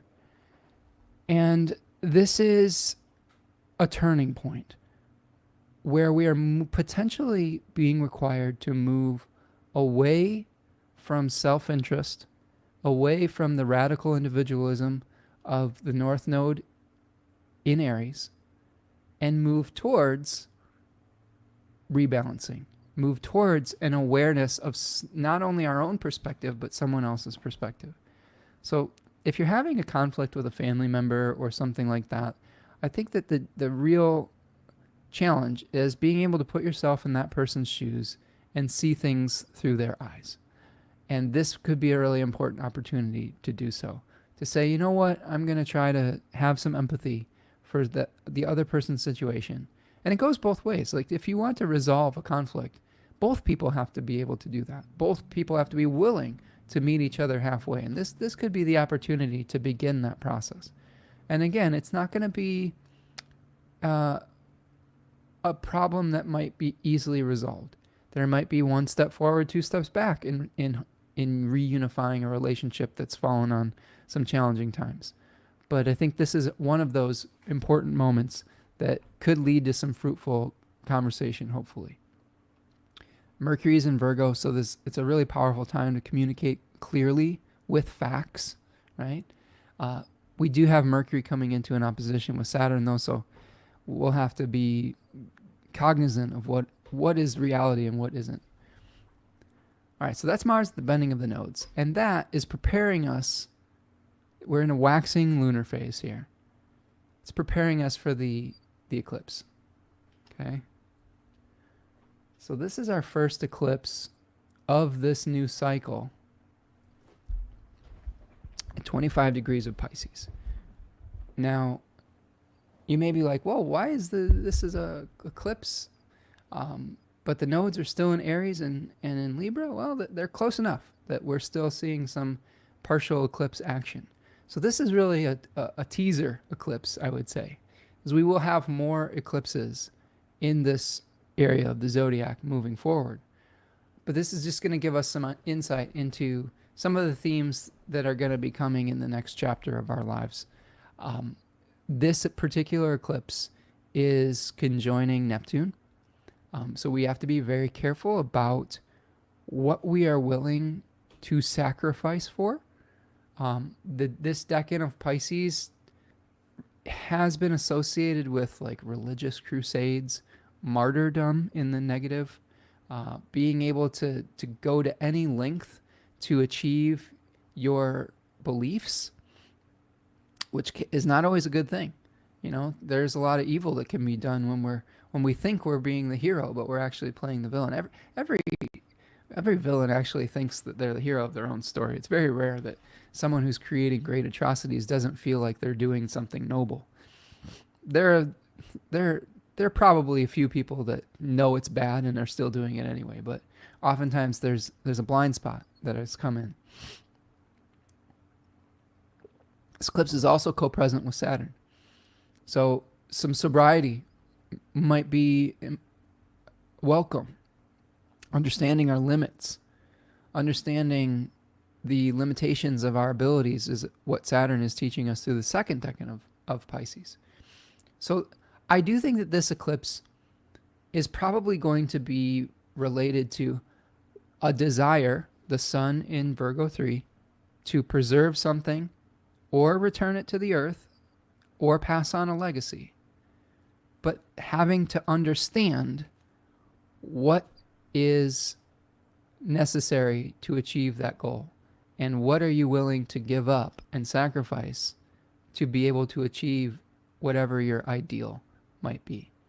Now this is kind of a north node eclipse, although there is some very heavy south node action coming with the sun and Mercury conjoining the south node shortly after this. So we may have some personal desires that were coming into play. We might be thinking that we're making this grandiose sacrifice with the moon and Neptune in Pisces 3, but it may be for selfish reasons, being so close to the north node in Aries 1. So something to be aware of. I would also say that Jupiter is pretty still kind of, in the mix with the square here. So again, we may be faced with options and we probably aren't going to be able to do everything if we want to do it well. The good news is that Mercury is co-present with the sun and really juicing up our abilities to discern what is possible and what isn't. It is coming into an opposition with Saturn, so the realistic, we may be feeling a little bit depressed about it. We may have some dour thoughts about what is possible and what isn't. But when we get a reality check it gives us an opportunity. It gives us an opportunity to understand what we can actually take action on and what we need to let go of. Oftentimes, the greatest suffering comes from pursuing something that just isn't possible and banging our head against the same wall over and over and over again. All right, so friends, that is about the end of Virgo season. So let me look at my notes. No, it isn't. There's a couple other things to keep in mind. We missed a couple things.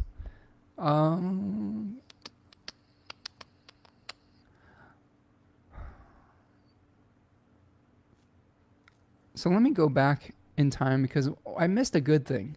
Sometimes I focus on the negative things, but I missed a good aspect here. One nice, very nice aspect is the Venus-Jupiter trine. So here is the Venus-Jupiter trine at 20 degrees of Libra and Gemini on the 15th, the same day of the Mars squaring of the nodes. So again, this could be something where we are rebalancing and we have an ability to make the right adjustments to move away from a more self-centered experience and move one towards greater harmony with others and other individuals. We've talked about the full moon lunar eclipse. The other thing I'll say about that eclipse, and let's go back to it. We have Venus on Spica. That's a really fortunate position for Venus. That's a very fortunate fixed star that's associated with gifts, with harvest, with a guiding light or stella maris. So that is a really powerful position for Venus to be in, especially when we're dealing with what can be challenging eclipse energy sometimes. The first aspect that we're going to have is the sextile with Jupiter, with the moon at 20 degrees of Aries on the 19th. So that's something to keep aware of, is we might get an awareness of how to take action on what the eclipse brings to light for us. In between that, on the 18th, Mercury is going to make that opposition to Saturn. So there may be something that we have to let go of. There may be a limitation, especially related to our Virgo energy and our Gemini energy. We might really be wanting to bring something into form, but Saturn says, well, you might not have the right skill set yet. You might not have all the resources you need to do so. And you might have to accept working within your limitations.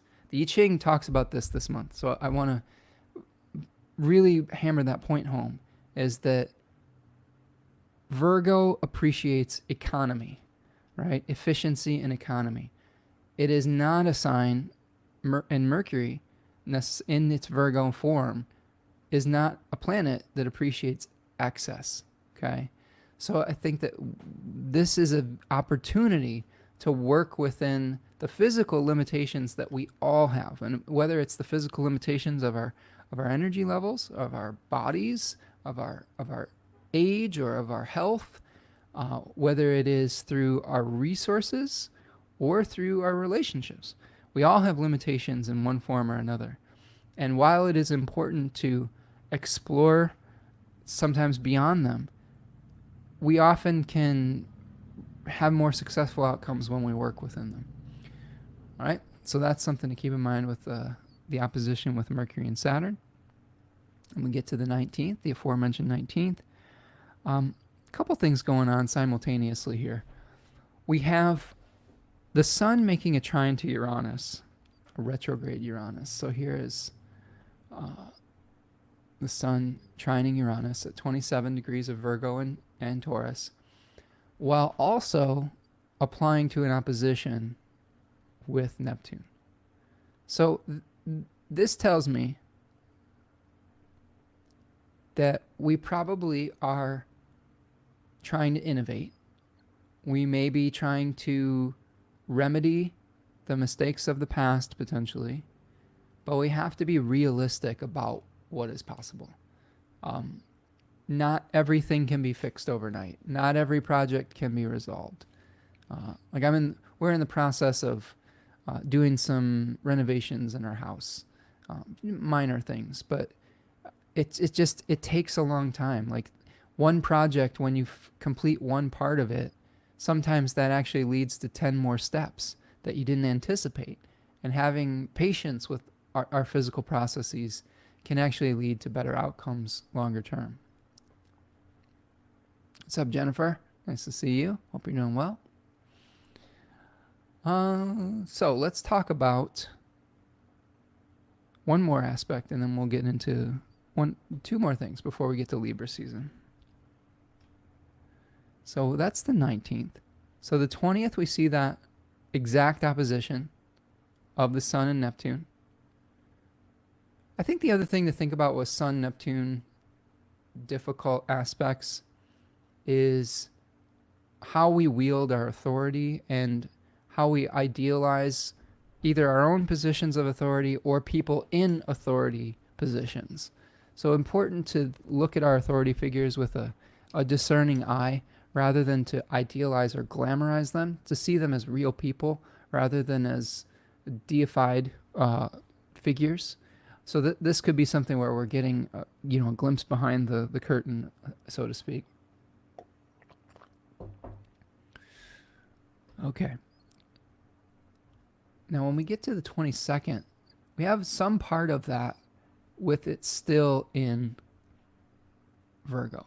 So the part of the day of the 22nd, the day of the equinox, let's go back where it's still in Virgo.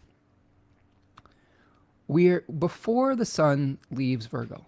It's going to give us one parting gift. First of all, the moon's going to be out of bounds from the 22nd to the 27th. So this could be a time where we're feeling a little extra emotional, a little tired, etc. The Sun is going to trine Pluto before it moves into Libra. And you can see that Venus is at the very final degrees of Libra. So we will have an autumnal equinox ingress chart, I believe, with Venus in Libra, but it's not going to stay there very long. So the glamour that might exist in a very short period of time on this day, very easily the energy is going to shift throughout the course of even just the day. Okay, but with the Sun trining Pluto, being able to identify things that are flaws in our process, or being able to identify what we want to pass on, and maybe any corruption that we've put to the side. Like it is easy to ignore certain things that are difficult, and the Sun trining Pluto is an opportunity to deal with those things in a very practical way, especially when it comes to bureaucratic systems. This could be a day of communication with, like your insurance company or tax attorney or something like that, where you're having to deal with something that was a problem, but your focus and attention to detail could be enhanced. So over the course of the next few hours, though, you can see here that the Sun is moving into Libra. So what we'll do now is we'll switch over to Libra. And let's do this once again. Let's take another stretch before we start Libra. Do me a huge favor, friends. Please like and subscribe if you haven't already. If you just got here, it's the easiest thing you can do to support the channel. Like the video. Go over to spencermichaud.com if you want to sign up for a reading. Be happy to work with you. Lots of different options over there. Reach out if you have any questions. Go follow me over at Instagram, Threads, and Twitter at Spencer Michaud, Michaud. Take a little stretch. These monthlies sometimes are intended to be consumed piecemeal, but we have to do it all at once. We don't have to, but we choose to. And being able to stretch out, get a snack, get a drink of water, always helpful. If you want to make a donation to the work that I'm doing here today, you can buy a super chat while I'm live, or a super thanks after the fact on YouTube, or you can go to Buy Me Coffee and buy me coffee over there. Decans of Virgo is also on sale right now for 20% off. If you like the themes that I'm talking about and you want a more in-depth deep dive into Virgo symbolism, it's a great opportunity to take advantage of that right now. Okay. Let's do this. So Libra 1. I'll show you, give you a little preview. here is Libra 1. Libra 1 is the first of the series of air signs. It's the cardinal air sign. And we're dealing with themes of awareness. All of the twos in the Kabbalistic tree of life are associated with a sephira called Chokhmah. And Chokhmah is like this light of awareness, this flash of awareness. So like in Libra, we're having the awareness of the ideals of another, right? The intellectual process of another. In Capricorn, we're having an awareness of someone else in a either a commerce position or like a material position. With Cancer 1, we had an emotional awareness like of another, like of some feelings of attraction. And then, finally in Aries 1, we have this awareness of who we are as an individual separate from the other, what we desire, but in this case, we have a moon-ruled decan.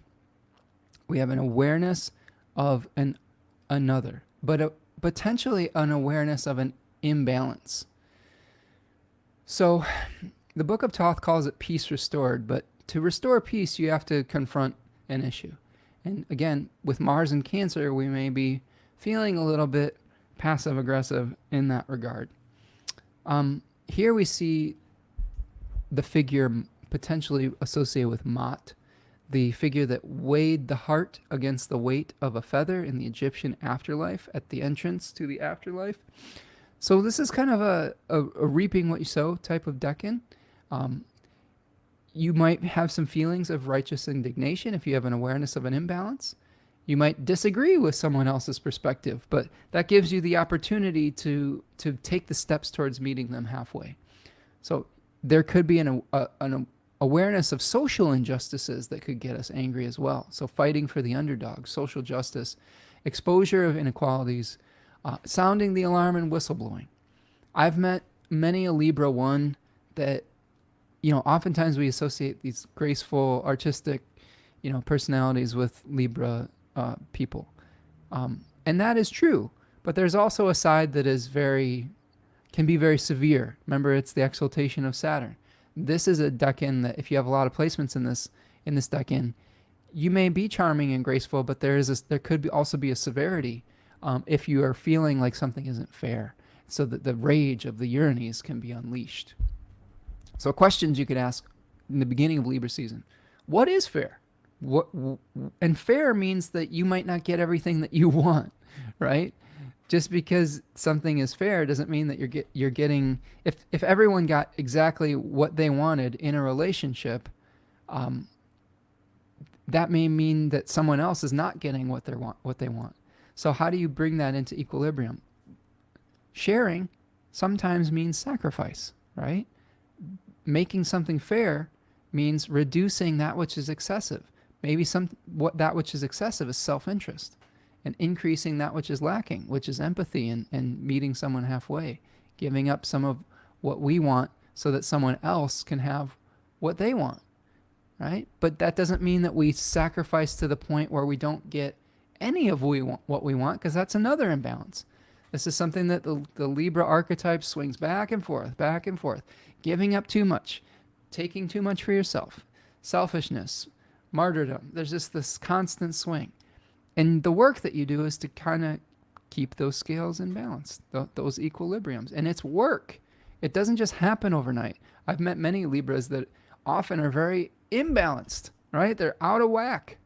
And they're doing the hard work of bringing some equilibrium into their own personal lives and into their relationships with others.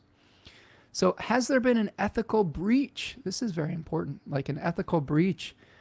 This could be part of the Mars and Cancer conflict, especially now that Mars is going to be in the overcoming square to the Sun. We're going to get probably an awareness of someone else's perspective and maybe have the ability to verbalize it a little bit better. So what laws will help foster unity? Oftentimes we have to have agreements with one another, whether it's socially or in individual relationships. And if there's no order or structure, then it's just chaos, right? It's hard to get what you want if there's no rules of engagement. So what darkness has been exposed? This is the transition, the autumnal equinox, to the dark part of the year, where the days start to get shorter and the nights start to get longer. That's associated with Saturn. This is where, in the northern hemisphere, winter starts to be on the horizon, and where death is starting to be visible on the face of the earth. The leaves are falling from the trees. The abundance of summer is starting to pass. And we have an awareness of the impending winter with Libra. So that doesn't mean it's a bad thing. It just, death is just as important as life. But we may feel that shift. It's not necessarily a time of growth. This is the time where growth has peaked, and now we are heading towards retraction, I guess. I don't know if that's the right word. We're heading towards going into a more internal experience. We're going towards letting go. We're going towards maybe spending more time indoors. I mean, these are all things that happen in the dark part of the year. Reflecting on how things were effective or not effective. And then finally, what is not me is a good question to ask during Libra season. It's, again, if you want to create harmony with someone, you've got to understand what they truly desire. Oftentimes, the biggest conflicts we get into is just through making assumptions about what someone else feels, what someone else thinks, what someone else wants. And it's hard to know that if you don't talk about it with them and ask them. So communication can be really supported in this season. Okay. So we've got our chart back up here. And like I said, we have a few hours, okay? Literally like 3 or 4 hours. There's like 3 hours, 4 or 5. Maybe it's a little more. Okay, I'm going by hours. Probably like most of the day of the 22nd, Venus is going to be in Libra. But there, Venus is at the very wee hours in the evening, Venus moves into Scorpio. So enjoy the first day of fall, but recognize that there may be some challenges ahead with Venus hosting the sun, moving into Scorpio. And in that first decan of Scorpio, it's associated with the 5 of Cups. And in it, we see someone who is grieving a loss. So there might be something that we're becoming aware that we have to give up, and that might bring some sadness to us. You can see the sun is starting to approach the south node. So this theme is going to be echoed with Venus being in Scorpio. An identification also with Venus and Scorpio of some of the addictions that we might have, some of the things that aren't healthy for us, some of the forms that we need to let go of. I think ritualizing our morning is important. So if there is something that you are facing the reality of letting go, the Saturnine reality of the dark part of the year, creating a ritual around it can be very helpful. It's very difficult sometimes to process if we just keep going about our daily lives and don't take the time to feel our grief. So there may be a situation where we have to feel our grief with Venus moving into Scorpio. And guess what? Grief can be healthy. It isn't healthy if you get stuck in it, but it's healthy if you let the feelings wash over you and then process them. What is unhealthy is holding them in and not processing your feelings or your grief. And sometimes the ritualization of that can be very helpful so that we find situations where it's okay to let go rather than where we feel too vulnerable in feeling our feelings. That's why people have funerals. That's why there's a wake. So we're collectively coming together to mourn something. And that's where we get a lot of those feelings out. And there's something that's missing if we don't get to have that type of experience when we lose something. So that is the beginning of Libra season. Venus moving into Scorpio. And let's keep going.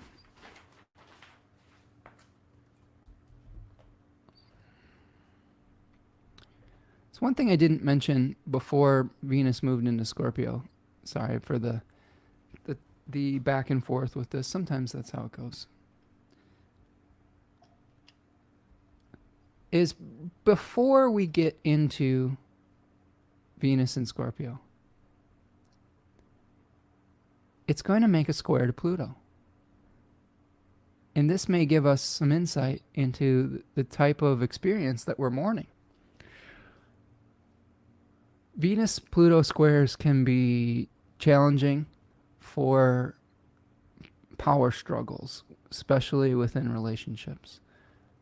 I would very much advise you against getting into a power struggle with somebody, because it could lead to something that you might regret. It could lead to a severing that you might regret. Manipulating people into seeing your side of the story, or manipulating people into loving you, never works, right? What does work is honesty, communication, being able to see someone else's perspective while also respecting your own needs, okay? Setting healthy boundaries. All of those things can be helpful when we're dealing with challenges within our relationships. So I wanted to just point that out, because that is a pretty interesting aspect that I believe is probably going to be repeated by the sun before it ingresses into Scorpio as well. So there may be a repetition of this theme, the square to Pluto, before the ingress into Scorpio for all these planets, okay, while Pluto is moving through Capricorn here. All right. So let's keep going.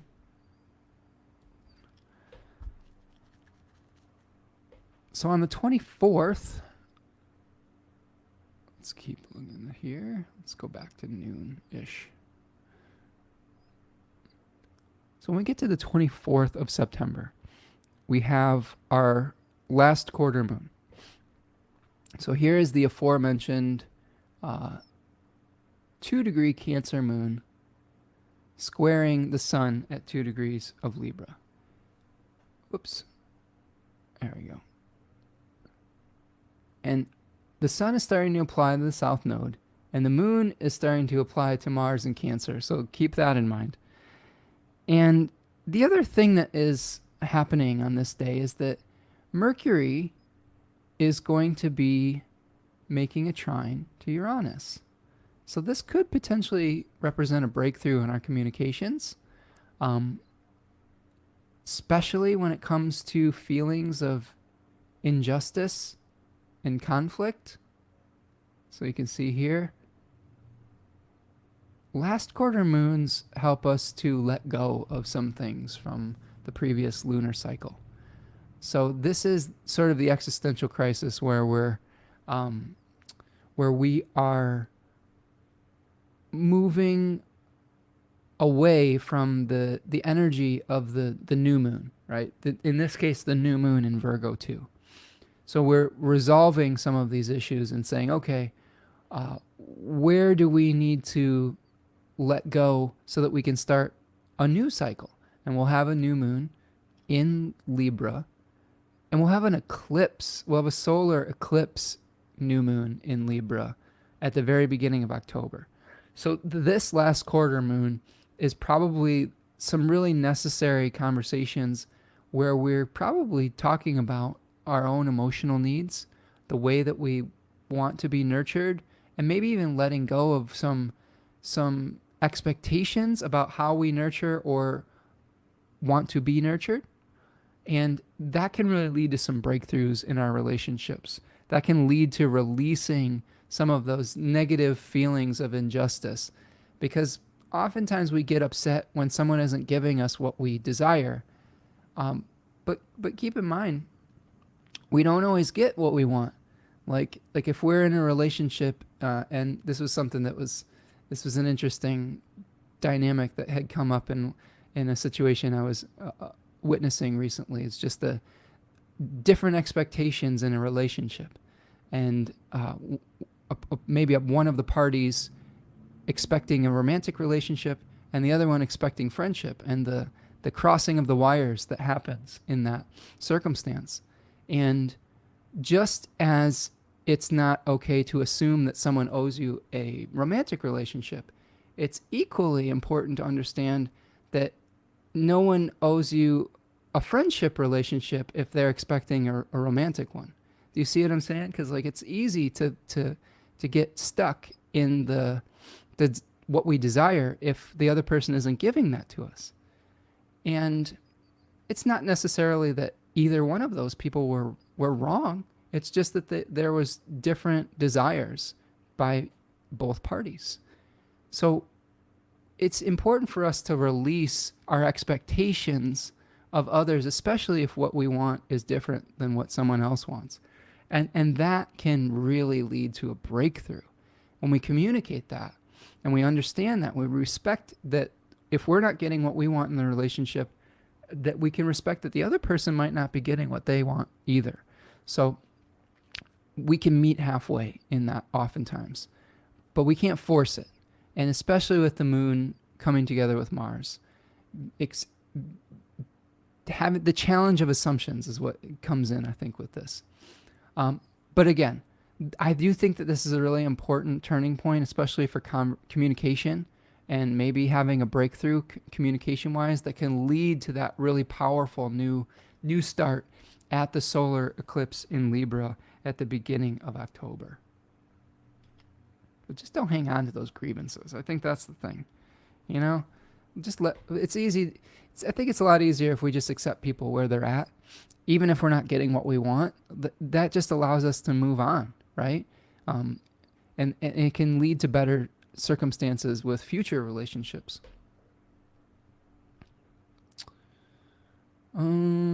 Jennifer says, "Oh, definitely feeling this. Started the hospice process for my mom." I'm sorry, Jennifer. Yeah, you were saying that was a possibility the last time. So, hope everything's going well with that. It's not an easy time, but hopefully your mom is comfortable while she transitions, and that you're able to get the support that you need as well. Okay, let's keep going.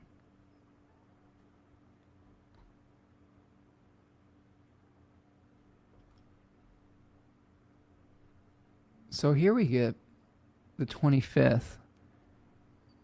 And this is a very similar relationship that we had with the sun. So if you remember, a few weeks ago, the sun made a trine to Uranus and then immediately opposed Neptune. Well, now it's Mercury's turn to immediately trine, or to trine Uranus and then immediately oppose Neptune.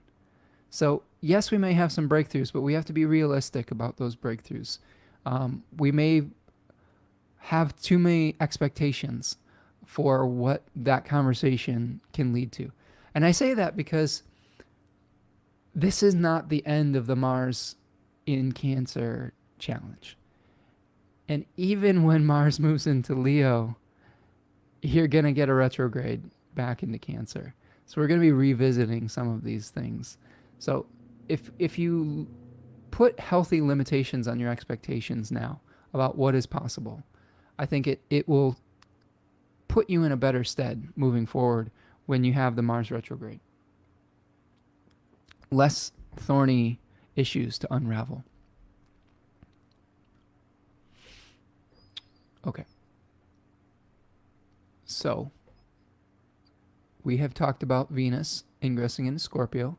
We've talked about the last quarter moon at 2 degrees of Cancer. Now we see Mercury ingressing into Libra on the 26th. So there's Mercury moving into Libra.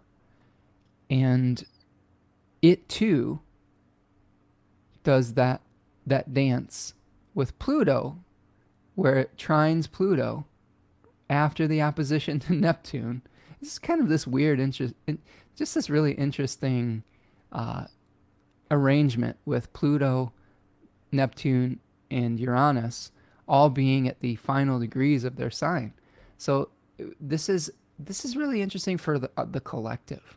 You know, there are things of great consequence that could be coming, and of course we're in election season. There is things of great consequence in America in particular, which also has an effect on the rest of the world.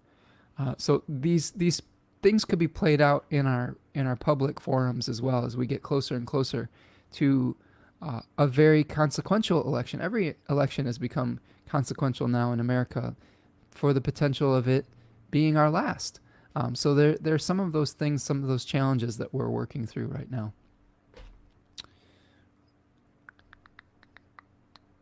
Yeah, hang in there, Jennifer. And look into the book that Painted Tarot had a good suggestion for a book for the transition. It says, Yes, of Course It Hurts by Karen Boy. Lovely for the transition. Nice. Okay.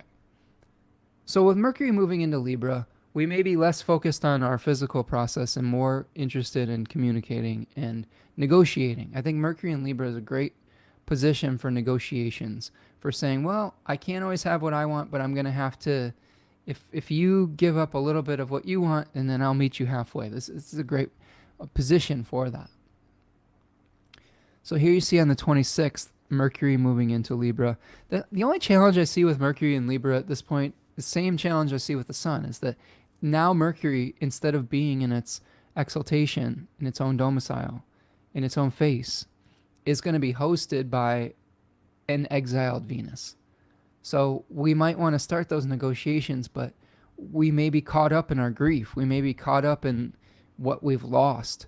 In that Five of Cups card that the first decan of Scorpio is syncretized with, we see a figure who's mourning the loss of 3 cups, 3 spilled cups, but doesn't realize that there's 2 cups standing behind them.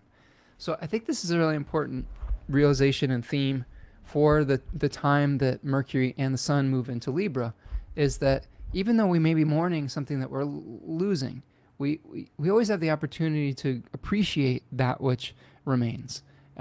Whether it's a relationship, whether it's a support system. If we've lost resources, we can still appreciate the resources we have. Whether we've lost a family member. Jennifer, if something happens with your mom around this period, like, being able to lean on the relationships that you have with your other friends and family, it can be important. And that can be really healing as well. So, Mercury moving into Libra. Now, the other thing that happens when Mercury moves into Libra is it starts squaring Mars, and it is getting the overcoming square from Mars. So this could make our communications a little spicy. So just be very careful about how you are trying to create harmony. Really important to be upfront and direct and not be creating challenges behind the scenes. This is a great position with Mars and Mercury squared, where people are kind of faking being nice, but like behind the scenes they're just getting angry and complaining or gossiping or brooding. So be aware of that and try to do better, I would say. All right, so then we get to the 29th. And that is where we see both Mercury and the Sun coming together on the South Node. So let's look at this. Conjoining the Sun. We'll look at the exact moment here. Where did it go? There it is. So this is on September the 30th, is the Cazimi of Mercury and the Sun. On the 29th, both the Sun and Mercury are exact with the South Node, but let's just lump these things together. So the conjunction with the South Node will happen at 6 degrees, and then the Cazimi happens at 8 degrees. Now that 8 degrees is pretty significant because it's close to a fixed star called Diadem. And what I want to do is I'll just show you, I'll give you another preview of my Libra Decans webinar. And this is one of the things we talk about in the Decan webinars is fixed stars. And in this case, we have Diadem, the fixed star in Coma Berenices, the constellation, or also called the Queen's hair, right? So this is a headpiece, or not really a wig necessarily, but this is the hair that Berenice, the wife of Ptolemy III, a king, sacrificed so that for the safe return of her husband from war. So she, in that period of time, that was a big sacrifice. That was a great embarrassment for a woman not to have hair. This is a little bit different in modern society, but this was a devotion, showed her devotion to the cause, and it helped create a harmonious outcome through sacrifice. So all of the themes I've been talking about today are leading to letting go of some self-interest for the good of a relationship, for the good of our social milieu. I mean, here's the thing, like, you know, being able to go out and vote, for example. Voting is very important. You know, being able to make a sacrifice of your own resources to uplift others. Being able to meet someone halfway in their relationship, giving up some of your own self-interest. You may feel really passionate about a certain issue, but you may realize that there is a path to the greater good if you are able to compromise on one of those issues so that the other issues can be resolved. This is true when we have, like, you know, political candidates where we don't agree with everything that they represent, but we know that we might have to compromise on one or two of those issues for the greater good because more of the issues are at stake. And it's important. Those are social sacrifices sometimes that we make. We don't always get everything that we want. Sometimes political candidates are flawed human beings. Oftentimes they always are. But we're trying to figure out what is best for the greater good. This is going to be true in your personal life as well. There's going to be situations where you are really fixed in a certain position, and to be able to create harmony, each person, not just one, each person has to let go of some of those very fixed belief systems, assumptions, and come together for the greater good, even if they still disagree on certain parts. So this is often representing the sacrifice that we make for harmony within not only the family, but our relationships and our social milieus. Again, Mars is still in the overcoming square, but I do think that the Mercury cazimi might give us some insight into how we can start meeting someone halfway and why we would do that, right? Because if we don't know why we're trying to create harmony within a relationship, we might not be motivated to do so. So this is, I think, an opportunity for that. And I would say also that there's one more aspect that is happening on simultaneously that could be part of the equation. And it's Mars making a trine to Saturn. So this is two malefic planets. So we've got this cazimi happening. Let's put it in blue. And then we have the trine between Mars and Saturn. So this is a very emotional time, right? We've got Mars in a water sign. We've got Saturn in a water sign. This could be a time for expressing some intense feelings. Could be a way to set healthy boundaries with one another as well, with Mars making a positive aspect with Saturn. This is Mars in the second decan of Cancer, which is second decan of Cancer is related to safe spaces, to be able to create the walled garden, I guess you would say. So to create safe spaces, sometimes we have to understand our limitations. And this may be a time where we're understanding our emotional limitations and being able to communicate that to others. And if you notice, Venus is kind of in the mix here too. This is almost like a grand water trine between Venus, Mars, and Saturn. But Venus is in its exile, Mars is in its fall, and Saturn is retrograde. So it is something that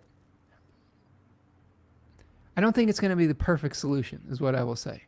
It is a conversation that could still be painful, that could be very emotional, a lot of tears, and it might feel a little bit like slightly dissatisfying, but I do think that there's an opportunity there, especially to let go of our righteous indignation, right? Of our feelings of things are not fair, so I'm going to continue on with this conflict, and with that, all that being on the South Node. Just let go of that anger, you know? Feel your feelings. Cry your tears. Let go of the unfairness, of the attachment to the unfairness of life. There's going to be situations in life that are not fair. Every situation doesn't have to be perfectly balanced all the time. There's going to be certain situations where the needs of the other is going to be more important. And then there's going to be a swing. This is something that trips up a lot of people with Libra placements, is they're always seeking to keep score so that there's a even 50-50 split. That's not how relationships work. Sometimes there's a 80-20 split. Sometimes you have more energy than the other person does through circumstance or health or etc. And you may have to be pulling more of the load. But the universe has a way of balancing those things out. So I think it's important to have grace and meet your partners in life, in your family, etc., where they're at. And if you have to carry a little bit of the extra load for a period of time, that's fine.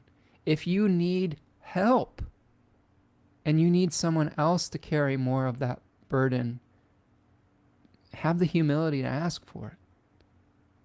That's the other part of this. It's not just about sacrificing our own needs to help someone else. It's about having the self-awareness to know how to ask for help when we truly need it. Okay? So those are some reflections I have about this. So we have Sun and Mercury conjoining the South Node, the 29th. And then that Mercury Cazimi at 8 degrees of Libra on the 30th. In the midst of this kind of grand trine. Not a perfect grand trine, because Venus isn't, perfectly in trine with them, but it is in the mix. Okay? All right, friends. That is what I have for you today. So what I'm going to do now is let's talk a little bit about the I-Ching and an animal to help guide us through these challenges. So the I-Ching I got for you today, friends, was number 60, which translates to limitation. Right? The I-Ching never fails. I love the I-Ching. So limitation, transitioning to oversight or overseeing. So limitation also can be translated to restriction, control, self-control, setting boundaries. Boundaries are really important, especially in relationships. So I'm going to read some text for you from Jack Balkin, who is a great author of an I-Ching book called The Laws of Change. Jack says, limitation is a necessary element of a happy life. Limiting expenditures is necessary to remain solvent. Limiting passions is necessary for maturity and sound judgment. The best limitations are those we choose for ourselves. They strengthen our character and make life easier to bear. You are facing a situation in which limitation is necessary. Perhaps you've taken on too much. Perhaps you have become self-indulgent or carried things to extremes. Whatever the problem, it's up to you to rectify matters by enforcing boundaries and reining things in a bit. Moderation is the key here. You have to strike a new balance in your life. To do this, you will need to exercise some self-restraint. Okay? Set priorities. Decide what your responsibilities are. Live up to them. Make some short-term sacrifices, potentially, if it's necessary. There's a changing line at the 5th place. It says, sweet limitation brings good fortune. Going forward brings esteem. If you want to influence other people, you must lead by example. Accept the limitations and restrictions of the current situation with grace and tact.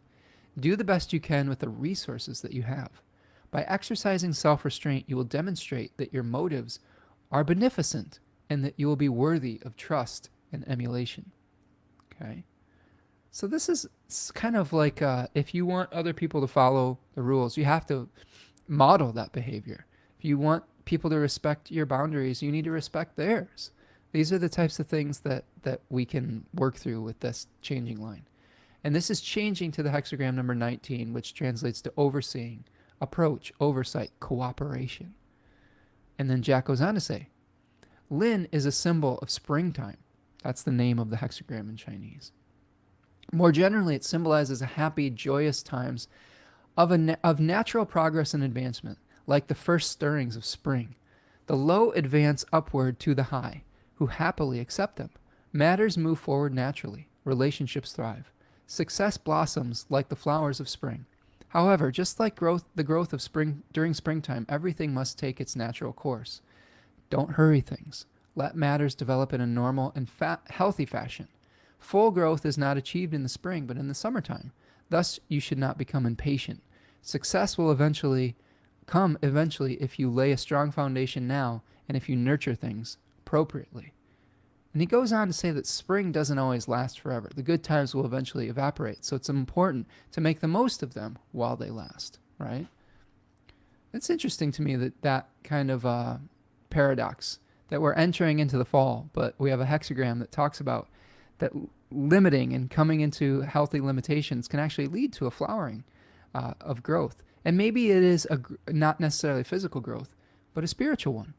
I think that this is something, the opportunity we have during Libra season is to grow spiritually when the earth is starting to become more dormant. We can learn about each other. We can have growth within our relationships and growth within our support of one another as well.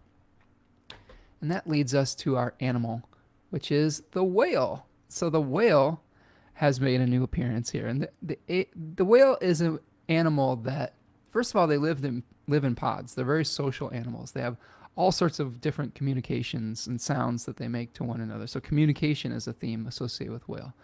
Whales are related to vibrations and connecting to your spirit through a vibratory force, right?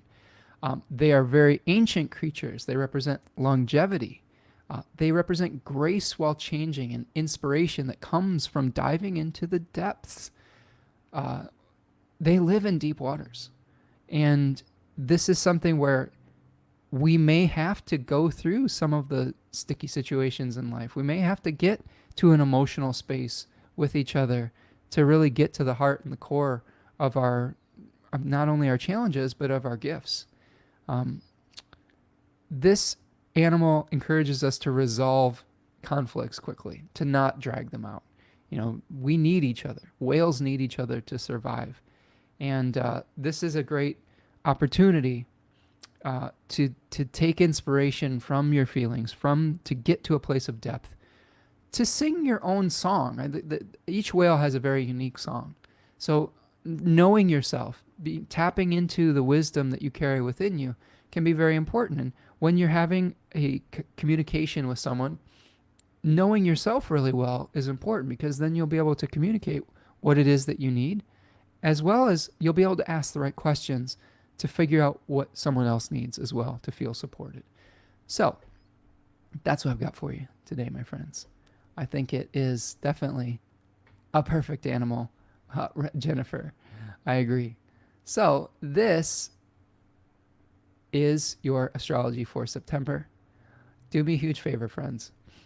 Please like and subscribe the video, and subscribe to the channel. Make sure you go check me out over at spencermichaud.com. If you need some help during eclipse season, as we often do, check that out. Follow me over at Spencer Michaud on Twitter and Threads. Keep up with the newsletter. I have some programs I'm going to be releasing pretty soon. I'm in the process right now of designing my fall offerings. I think there's going to be another Decanic walk that's coming, so keep your eyes peeled for that. Sign up for the newsletter. I'm also considering some new shorter term things like book club or some fundamental classes and webinars, etc. as well. So sign up for that if you want to check that out. I should have some more information on offerings probably by next week. So that is what I've got for you today. Thank you so much, my friends, for being here today. I appreciate all of you. Have a great September. Be kind to yourself. Be kind to yourself. Be kind to other people. Try to have as much empathy as you can. Set healthy boundaries, but understand that everyone's going through these aspects. Everyone's going through Mars and Cancer. Everyone's going through out of bounds Mars. Everyone's going through Mercury and the Sun conjoining the South Node and Venus and Scorpio. And that can help you have some empathy and be able to see things from another perspective, because I think that's really the themes and the keys that I think we're going to be, that'll be necessary for successful outcomes. All right, friends, that's what I've got for you. Have a great afternoon, and we'll see you the next time. Peace.